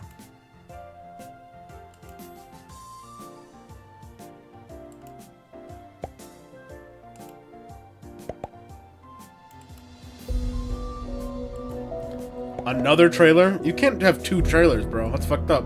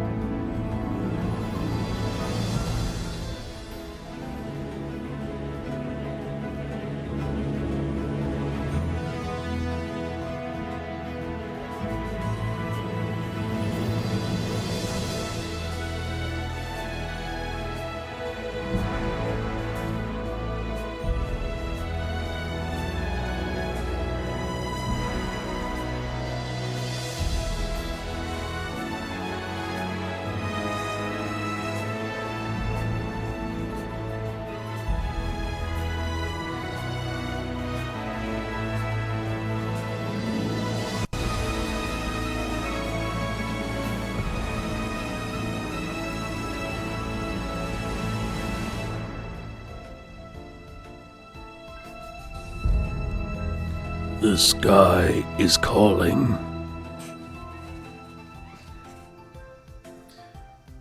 Oh, did I say the sky? Amazing. I meant this guy. I have never seen that plane before in my entire life, but can you unpack its significance for it being included in Microsoft Flight Sim? Yeah, thank you. I mean, it's not at all surprising because the plane, you know, it came out in 1937 and it was a civilian plane. It made a famous flight from Berlin to New York. That was the goal, to have passengers in one go fly over the Atlantic. At the time, typically people flew in seaplanes and they had to take several stops. So this was the first one. And the reason why it could do that is it was very light for its size. It was only 17 tons and it had they had 4 great engines, lots of tanks, and it flew much higher than everybody else did. So typically planes at the time flew 1,500 meters altitude. This one flew 3,000. So you could go, the air is thinner, less resistance, so you can go much further. So it was a major step forward. However, you know, obviously the war came and then the plane unfortunately just disappeared from the skies. But there's a really interesting story. In 1988, they actually found a wreckage. The plane was considered lost. They found a wreckage near Trondheim in Norway. They raised it, took 11 years till 1999. And it was not in good shape, let's put it this way. And then there was a group of volunteers, they call themselves the Condorians, that basically rebuilt the entire plane from scratch, basically, based on the pieces they found. And that was completed in 2021. And that plane is now visitable. You can see it in a museum in Berlin. And I followed that story. I called the museum. They allowed us to do a scan. And then we typically try to give something back, right, when we do these collaborations with museums. So I asked them, is there anything we can do to help you guys? And they said, hey, Jörg, you know, there is a Swiss collector who spent his entire life collecting all the instruments for the Condor, and he had sort of built in his house a dashboard of the Condor. But the man was at a point in his life where he wanted to part with his collection. So Microsoft actually bought the collection from the collector, gave it to the museum in Berlin, and they integrated it into the Condor. So, you know, we call it digital preservation, what we do in Flight Sim, right? And when we can connect that to the real world, where people do the real world preservation of planes, it's just one of the most awesome things, really, for us. No, it's amazing that people are going to get to play that in game as well, and it really is art imitating life. But thank you so much for joining us. I know you're really busy, kind of getting the last bits for the update together, but you've got one cool announcement for everyone, don't you? Yes. So I do. 18. I mean, about is available right now. So oh my god, bro! I'm gonna lose this so bad. I'm fucking up everything. Download it today. And just in case you didn't know, Microsoft Flight Simulator 2024 is releasing on November 19th. And that's also going to be available on Xbox Game Pass and Xbox Game Pass for PC, so everyone get their hands on it. But Jörg, thank you so much for joining us, and we'll see you here next year in Cologne. I will be there next year. So thank you so much. It's good to see you. Thanks for talking to us. See ya.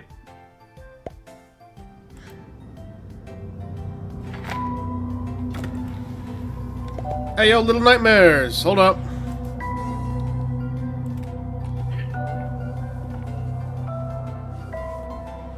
Hi, I'm Coralie Fegnino, producer of Little Nightmares 3. We are very excited to have the game playable at Gamescom this year, but for all of you that can't be here, we wanted to give you a sneak peek at our demo, as well as some exclusive footage. Demo.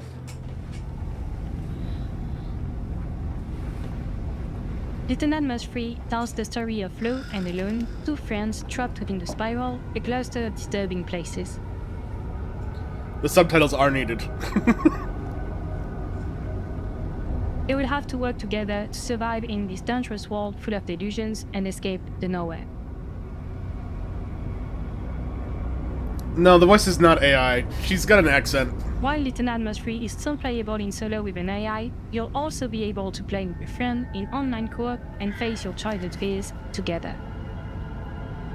I don't know why an AI would have like a thick accent.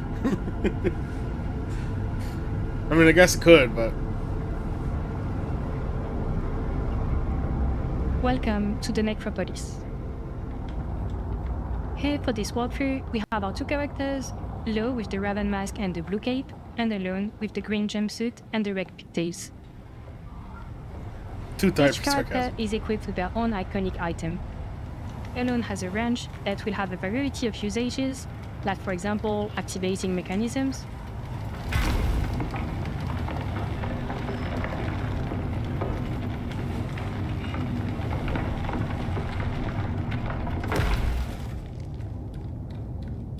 Lowe's iconic item is a bow. It can be used to solve puzzles and make new paths when the road seems blocked. To survive in this dangerous world, teamwork would be essential, as Lowe and Alone will have to work together to keep moving forward. During the game, our two friends will find new items to help them progress.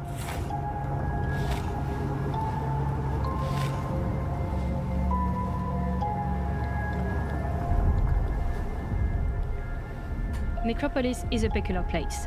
Raised from the desert sands and powered by gusting winds, it has been described as a city of eternal energy and certain death.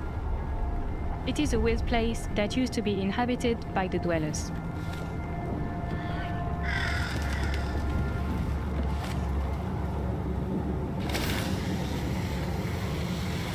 As you can see, the ancient metropolis is now more of a ghost town, and it is unclear what happened to its inhabitants.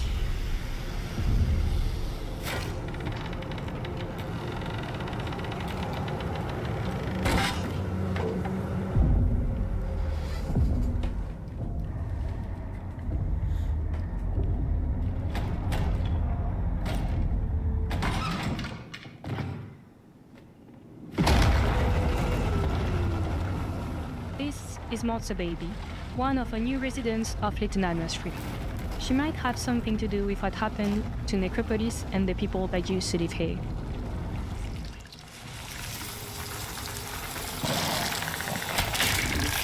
Beetled. It seems Yo, that combat! those are not the only living Let's go! inhabitants left. And to defend themselves against these threats, Lowe and Alone had to work together and find new uses for the items. Well, night has fallen on Necropolis. It's the first time ever that we show this part of the game.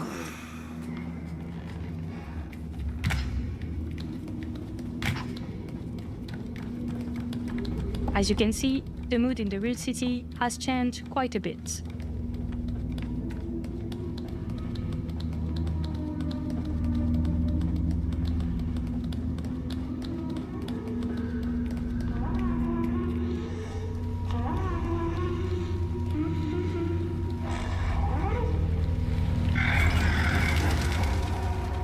Oh, apparently Monster Baby doesn't sleep through the night.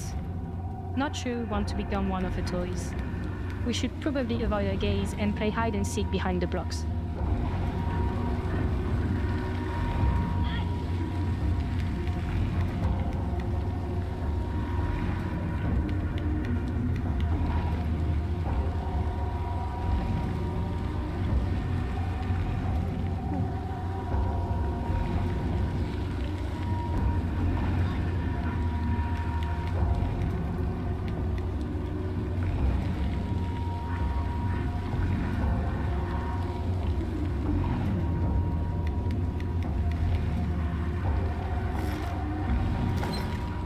It should be safe here.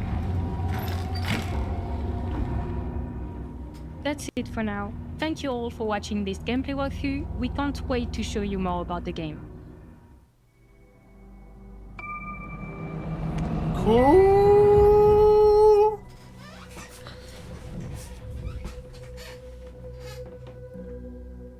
Little Nightmares 3 will be available in 2025 on Xbox Series, Xbox One, and Windows PC. Wishlist the game now to make sure you don't miss any news. Well, that was a spooky new look at Little Nightmares 3, which is coming to Xbox in 2025. So now it's time to go to the vault with Skyline Valley out now and the Milepost Zero update launching very soon. Our next guest has plenty to chat about. Here to give us more on the latest from Fallout 76, please welcome Milepost Zero Creative Director I was Don hoping it'd Rush. be Todd Don, Howard, you know? Thank you so much for joining me. How are you today? Oh, great. Thank you for having me. This is awesome. Heck yeah, let's talk some Fallout, shall we? Let's do it. So first up, a huge part of the Fallout franchise and also Bethesda as a whole is community involvement and the impact that they actually have on yourselves, if that's fair to say. Can you tell me a little bit more about what that impacts your development timeline from the community involvement? Sure. Yeah, that's a great question. You know, I've said it before. Bethesda Game Studios has the best community in gaming. They're so great at giving feedback, saying what's not working, saying what they'd like to see. So the team always makes sure to stay on top of all that feedback, whether it's on Reddit or Discord or whatnot. And what we do is we kind of boil it down to large strokes, bigger trends, right? And what features can we make to satisfy these things that players want, and how do they fit across a timeline while satisfying our builders and our adventurers alike.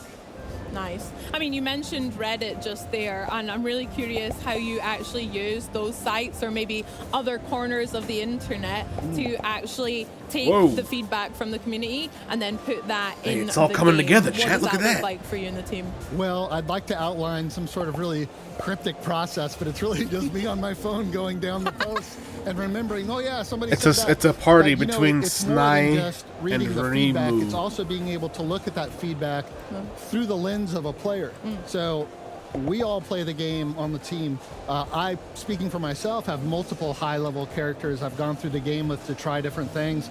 Multiple new characters fresh out of the vault to try different things. So looking at that feedback that we get from players through the lens of players ourselves and kind of trusting ourselves to make the right choices for the game. Nice. Showing off with quite a few high-level characters there. I see you. And by the way, I Go made on. those myself. I Well wasn't giving done. them. Thank you. No, that's very good. We were chatting before about one of your latest characters, your ventures. Care to tell us or share with the viewers about the captain? Oh yes, the latest character sometimes shows up on the socials, and that's Captain Nuke McCloud. Nice. And Captain Nuke McCloud lives up to his name and loves to drop nukes. So we get the community together, and they follow me around while I drop nukes, and we just have a lot of fun.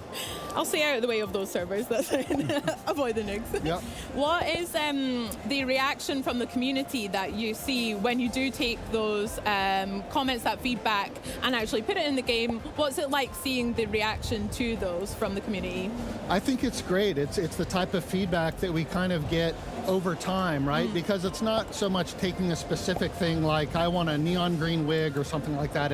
It's looking at, hey, I'm looking for more things to do at the end of the game. I want more challenging experiences. So as those features kind of come out further down the road, we see that positivity from players reflected back at us through comments and feedback.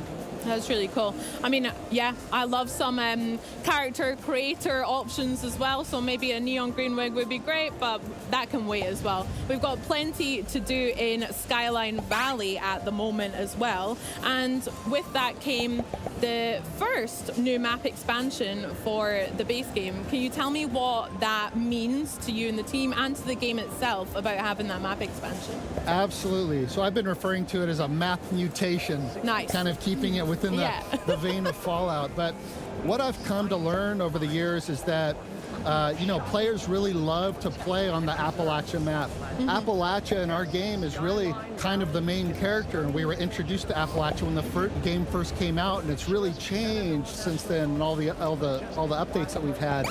So knowing We that got a players really Suika, like chat. to stay in Appalachia, We got a experience Suika. that, we wanted to give them opportunities We to got continue a telling their Suika. own stories. So using Skyline Valley as a reference, they have more places to build, more places to adventure, and You know what also that using means, Skyline chat. Valley for a way to further the story of Appalachia itself, telling our own stories for the players to experience.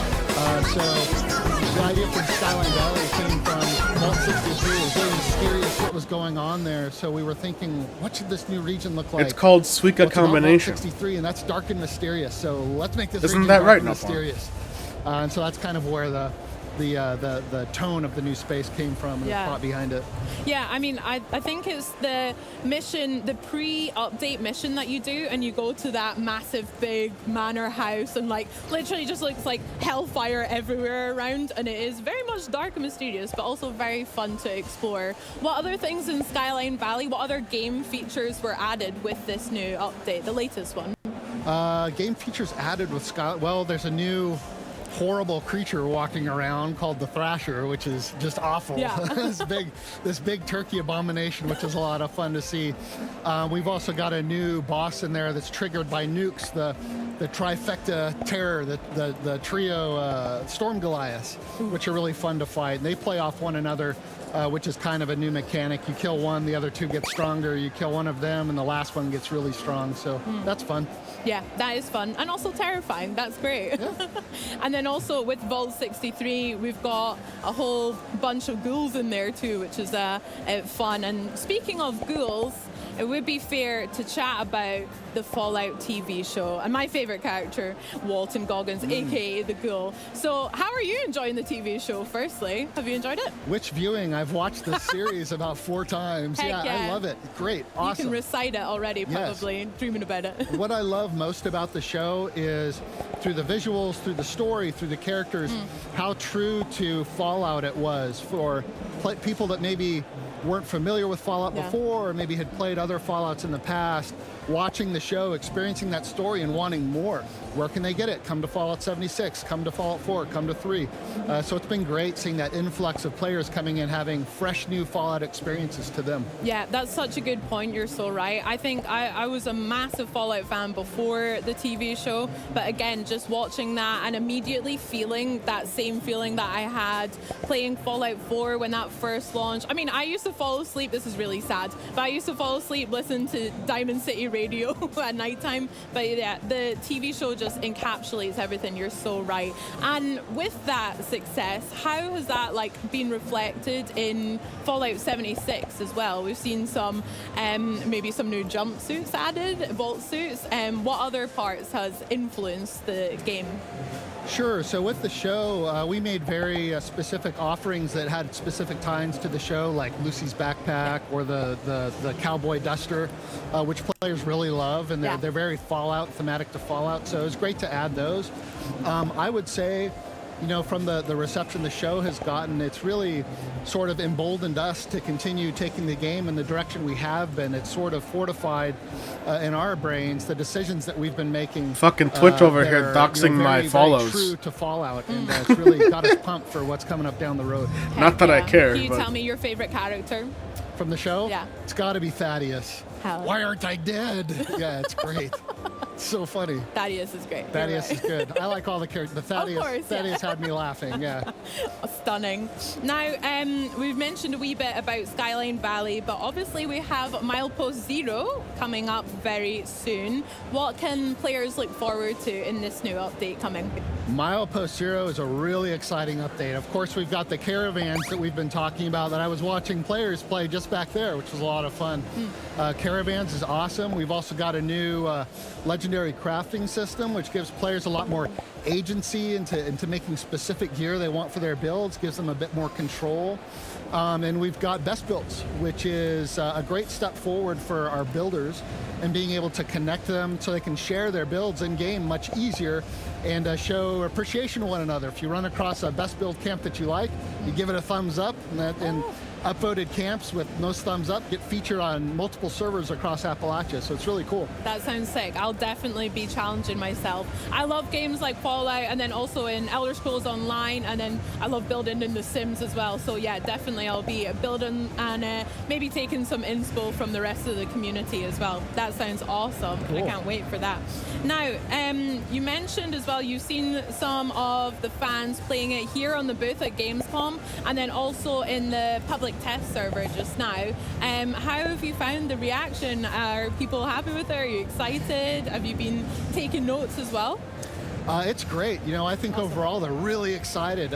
Again, it goes back to giving our players the tools and the agency to make their own stories in the game. So what better stories are you going to come up with than running the perilous route of Skyline Drive while being assaulted by giant thrasher turkeys and raiders, you know, doing caravans with your friends. It's just super cool. Yeah. There's some many new adventures to look forward to. That's so sick. Now, can't wait for Milepost Zero, but John, is there anything else that you want to share with me today, maybe? Maybe there is. You know, we've talked about Milepost Zero quite a bit. Yeah. Milepost Zero is awesome. We know that's coming out pretty soon, September 3rd. We've got Ghouls coming out early next year. What's in between? We've got an exciting update coming out this December. This December, players get to experience the Gleaming Depths. Heck yeah. Raids the Gleaming Depths. This is an end-game experience for our most hardcore adventurers, full of nasty bosses that are tough to take down, big challenges, teamwork. It's great. And once players get to the end of it, if they live to tell the tale, they get a chance at getting 4-star legendary weapons, power armor, and gear. Sick. I love that exclusive. Let's go. Gleaming Depths. I cannot wait to try that out. I'll have a lot of grinding to do, but yeah, maybe the captain can come in and help me out level my character up. Love that so much. John, I've got one more question that I'd love to know the answer for. Would you rather eat a fried rad roach or some glowing fungus stew? So I'm not going to get into specifics, but I kind of already have a preference from past experience. I have had glowing rad roach before. What the I was fuck? at the show premiere. It was absolutely fantastic. I would never turn down the opportunity to have that again. So what? Glowing rad roach. Glowing rad roach. Absolutely. There we go. We heard it here. John, thank you so much for chatting Oh with yes, me, I and eat thank you for roaches. joining us. I am the Now, voices fans of the obviously void won't have protagonist. to wait long at all for the next Fallout 76. What are you talking about, bro? What do you mean? September 3rd. Check out Xbox Game Pass to play Fallout 76 as well as a metric ton of other titles right now. Remember, with Xbox Game Pass, you can get new games on day one, like Call of Duty Black Ops 6 on October 25th, play some of the biggest games of the year, and unlock partner benefits from our pals at Riot Games and EA Play. And if you're not already a Game Pass member, what are you doing? Join now and get your first month of PC Game Pass for $1 or €1. This offer won't last long, so act now. So coming up, we have the team from Towerborn stopping by to walk us through their latest gameplay demo. But first, it's the latest from Planet Coaster 2. Chad, I actually have Planet Coaster, like the first one. Should I stream that?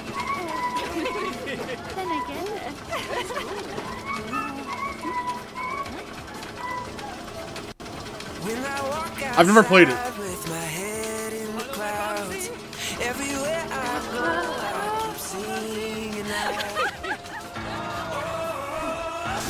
This is probably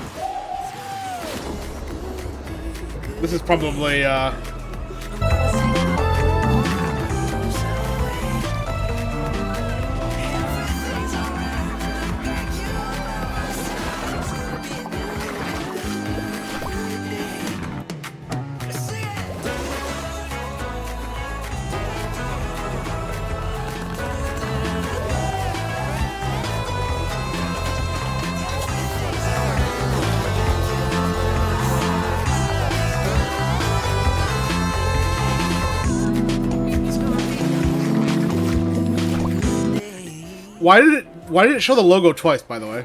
That was weird. Hi, I'm Rich Newbold, Game Director at Frontier Developments. I hope you enjoyed the trailer for Planet Coaster 2. I'm here to show you a bit more about the game, so let's dive in. Chat, this might be it for me, man.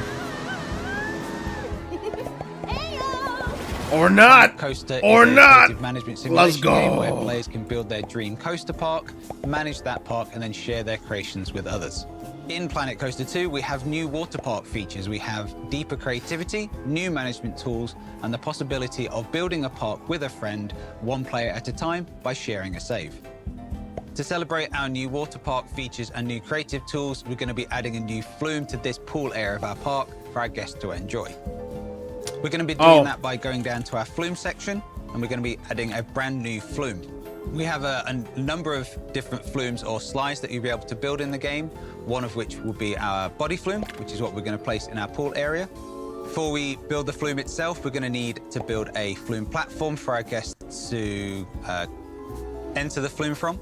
So we're going to build our platform, and then we have a number of different start pieces that will our guests will use to enter the flume. We have our kind of standard open flume piece, as well as different special types of pieces. What the fuck is a flume? We have a flume vertical start piece for our guests to enjoy, which is a trapdoor piece where our guests will get in, and then the trapdoor will open up and they will drop through into the flume.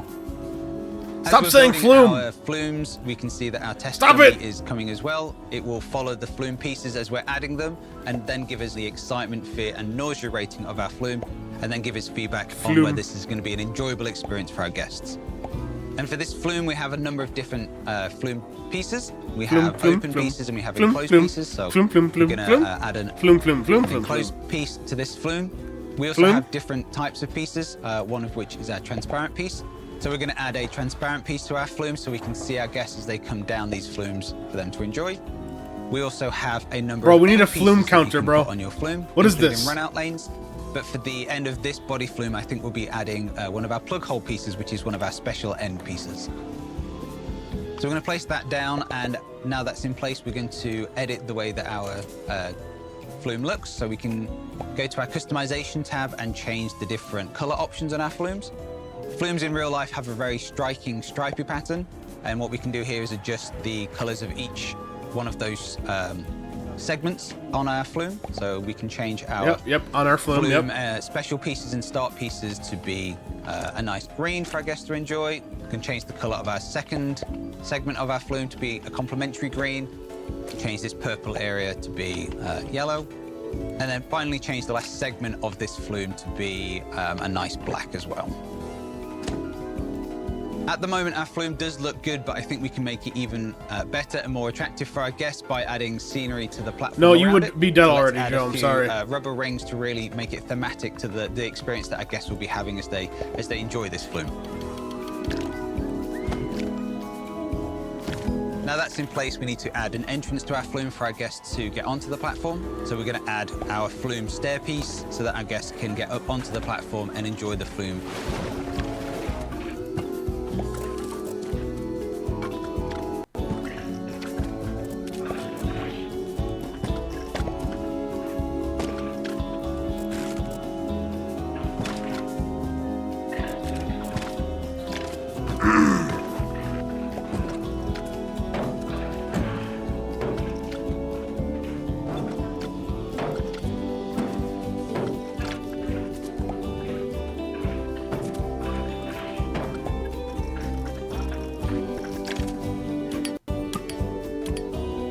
Yo, what's up, Joe?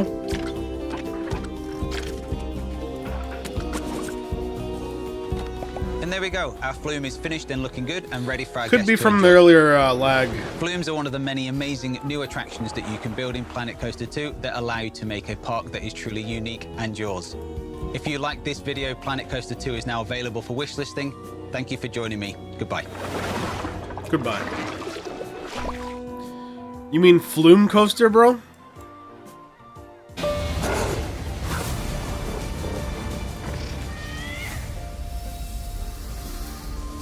Hello, I'm Mike Laidlaw, Chief Creative Officer at Yellow Brick Games, and welcome to the world of Eternal Strands, a new fantasy action-adventure game where the world around you is your weapon. In Eternal Strands, you will embark on your journey as a young, magic-wielding weaver named Bryn. She seeks to unravel the secrets of the Enclave, a once thriving center of magic, now left in ruins. At your base camp, you'll forge bonds with members of your Weaver Band, who will support you in your expeditions with their various skills. You've worked hard for this, and I have faith in you. Select your next quest and customize your gear before venturing out through the Loom Gate on your way to discover the fate of these shattered lands. In the Enclave, you can climb and interact with nearly everything you see. The mantle, the magical cloak on your back, grants you control over frost, flame, and kinetic magic. Combine these elements in creative ways to manipulate the environment to your advantage and defeat your foes. I don't know if I got much more gas than me right now, man. I'm dying. The Enclave's foes come in all sizes. Behold an Ark. This colossal 25. Behold an Ark, Survival Evolved. Tower. Pick your battles. Rather than risking your loot, return to base camp. A day has passed. Reforge your gear with your hard-earned resources to even the odds against the mighty epics. No two battles are the same, as epics roam freely between maps, and extreme weather alters the battlefield in this true physics playground. Harnessing strands from these formidable adversaries allows you to weave new abilities into your mantle. With new powers at your command, and the world as your weapon, you hold the key to uncovering the mysteries of the Enclave. Take up the mantle in Eternal Strands.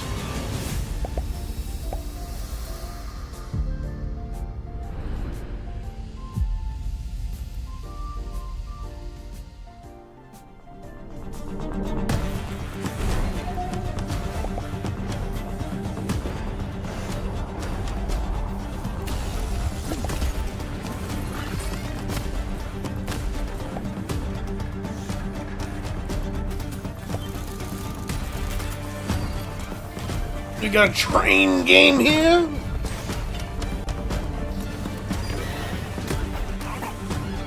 What kind of weird shit? This actually looks interesting, but I don't know what it is.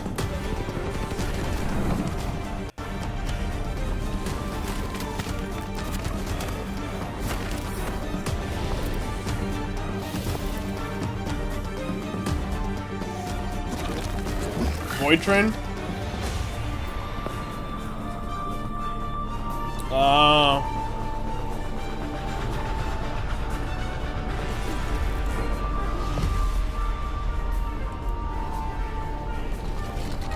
All aboard, boy, the bane. What the fuck? Wait, what? What was that?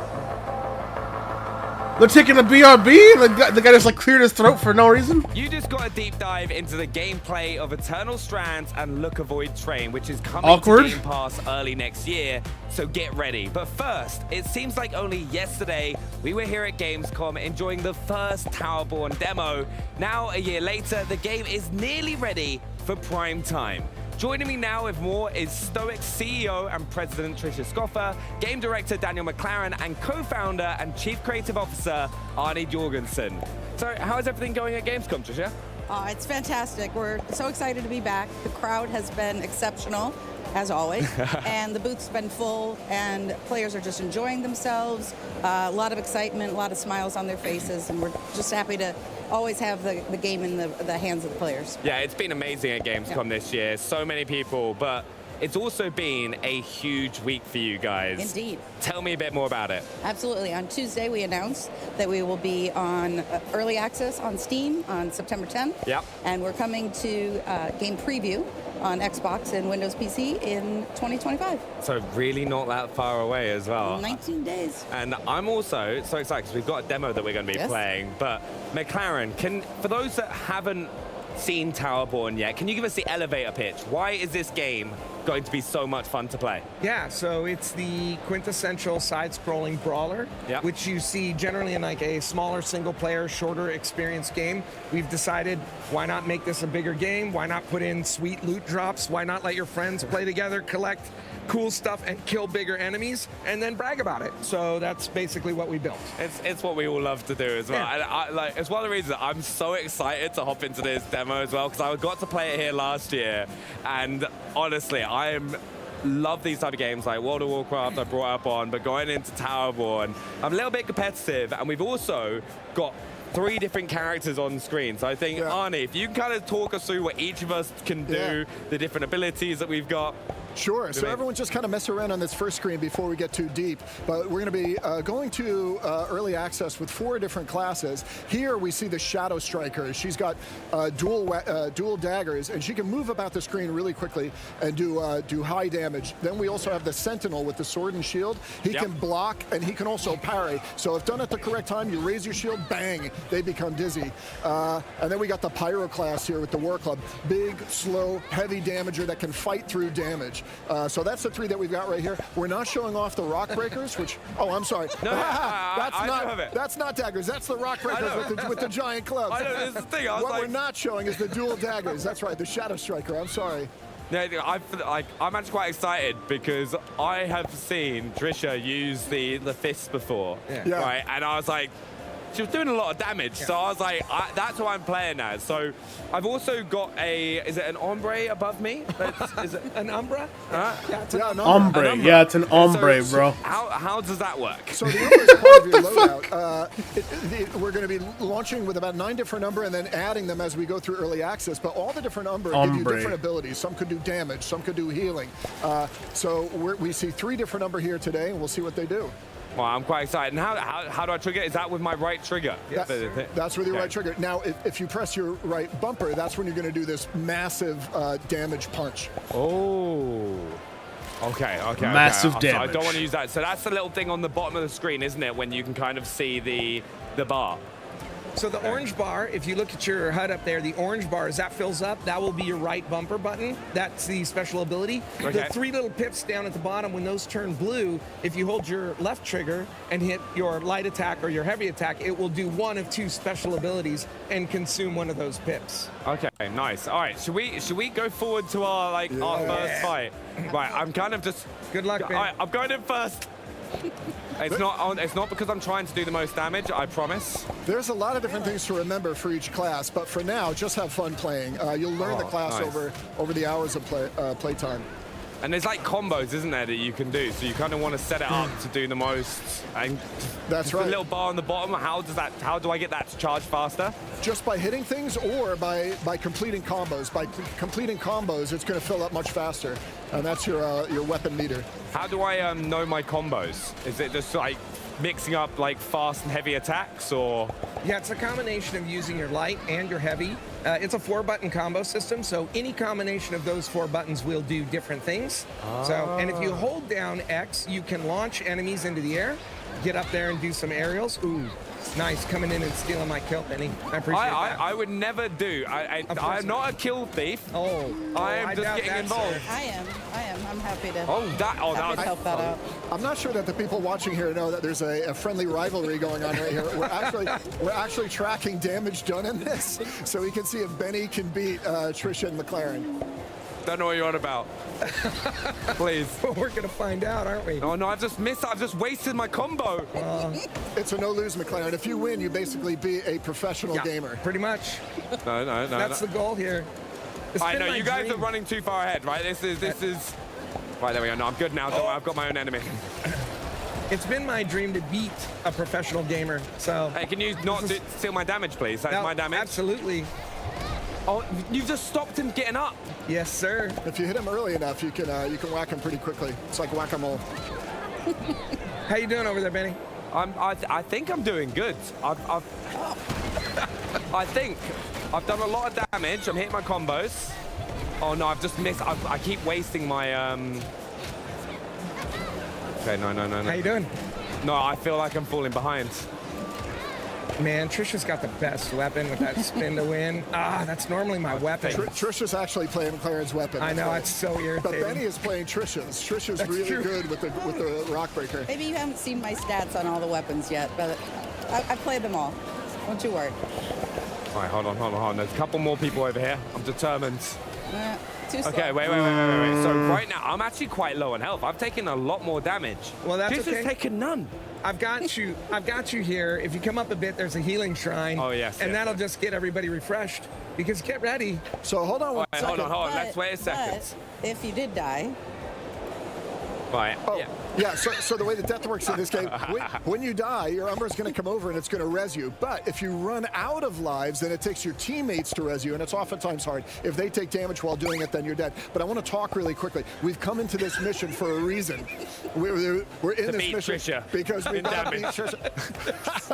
We heard that there was a boss in the area, so I think we're on its trail, and we'll see what happens here as we enter the next cave. Yeah.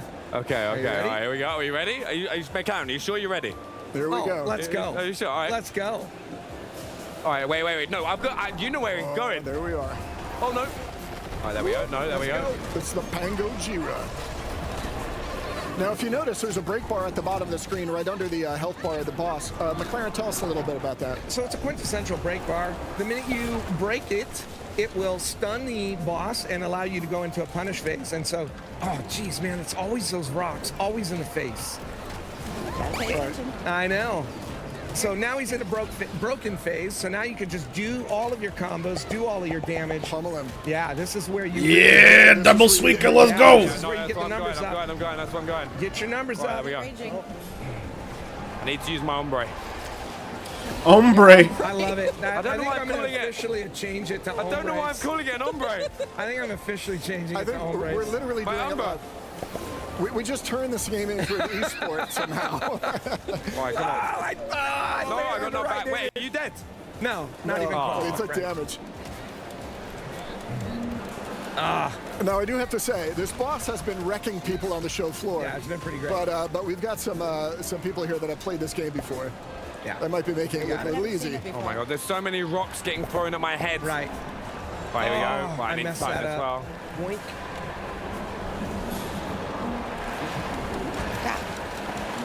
All right, there we go. This is no, I've just wasted. No. This is the type of fight, as you would expect in any game like this, that if you beat a boss, you're going to get wicked good gear. You're going to get great weapon drops, aspect drops, which are gems or mods that you can slot into your equipment. But this is the type of fight that you want to go into and get or beat, because this is where you get the good stuff. Yep.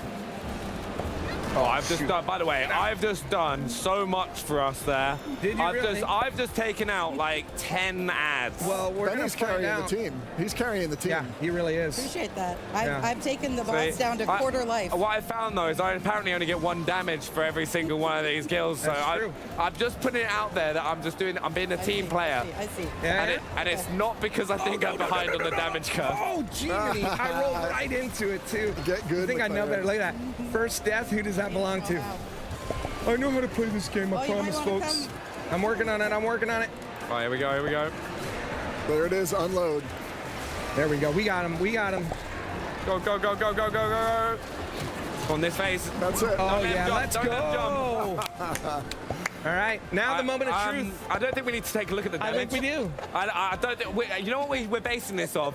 Eliminations. Let me know, like in the chat, if we should base it off eliminations or not. F in chat for Benny. I don't want to look at my stats. Here we go. I don't want to look. Damage. Oh, I'm sorry. What's going on? 12,000. Let's go. That's okay, Benny. You can play again later. Can we like? Oh, come on, I know there's something wrong. I defeated way more than 9 enemies. Did you though?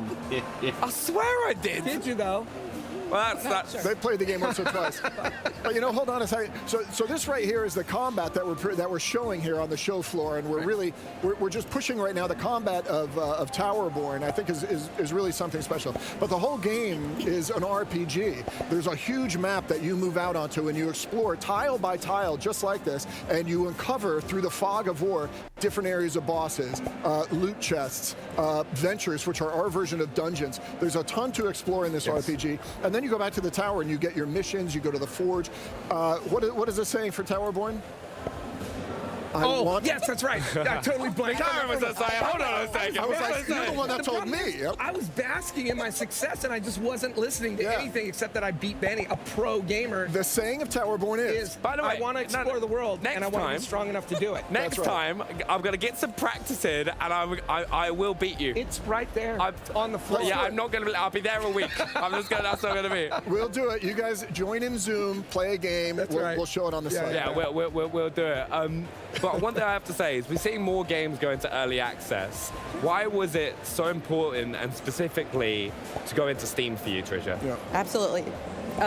Getting the game into players' hands is super important to us. We want to have that the discussion with the community, have them be a part of the game building. It's what Stoic has always done from our very first game. And so getting there, being able to have that and have the input and take it in.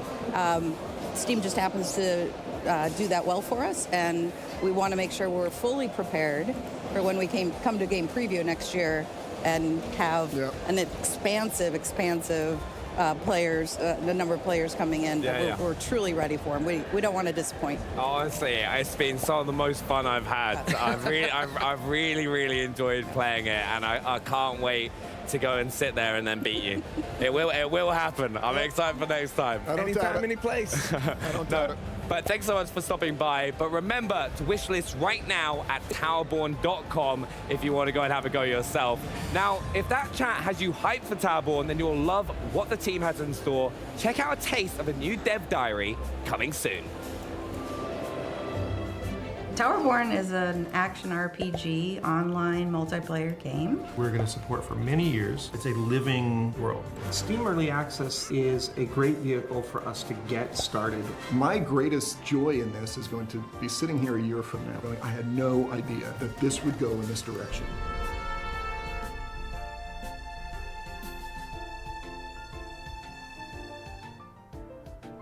I'm in trouble.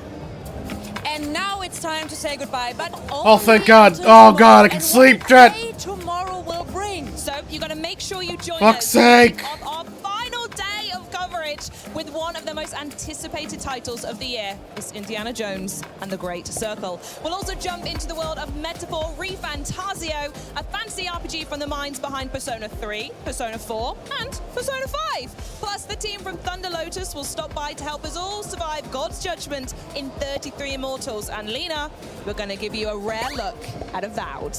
Yes! So thanks for watching and auf Wiedersehen. Bye!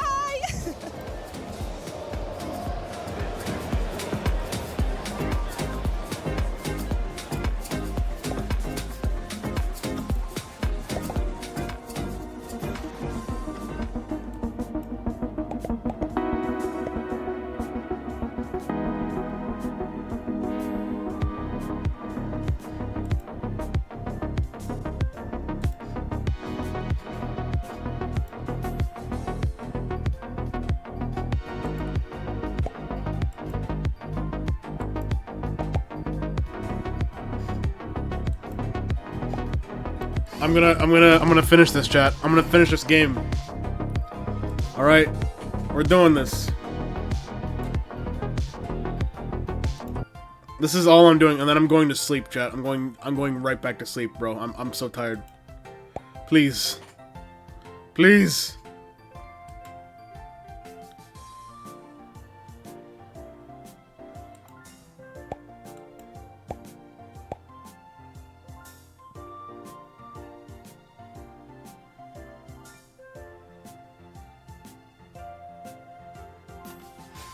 Oh my God!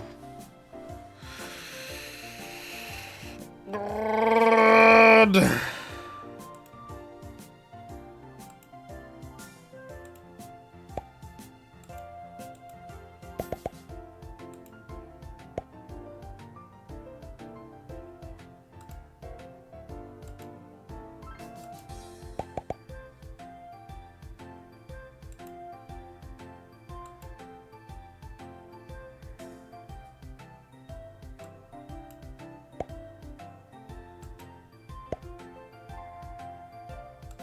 It's over. It's so over. It's so over. It's so over.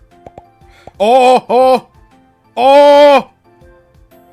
The Suicas need to touch, bro. Look at that. They're so close. Please! Oh, shit. Shit! God damn it!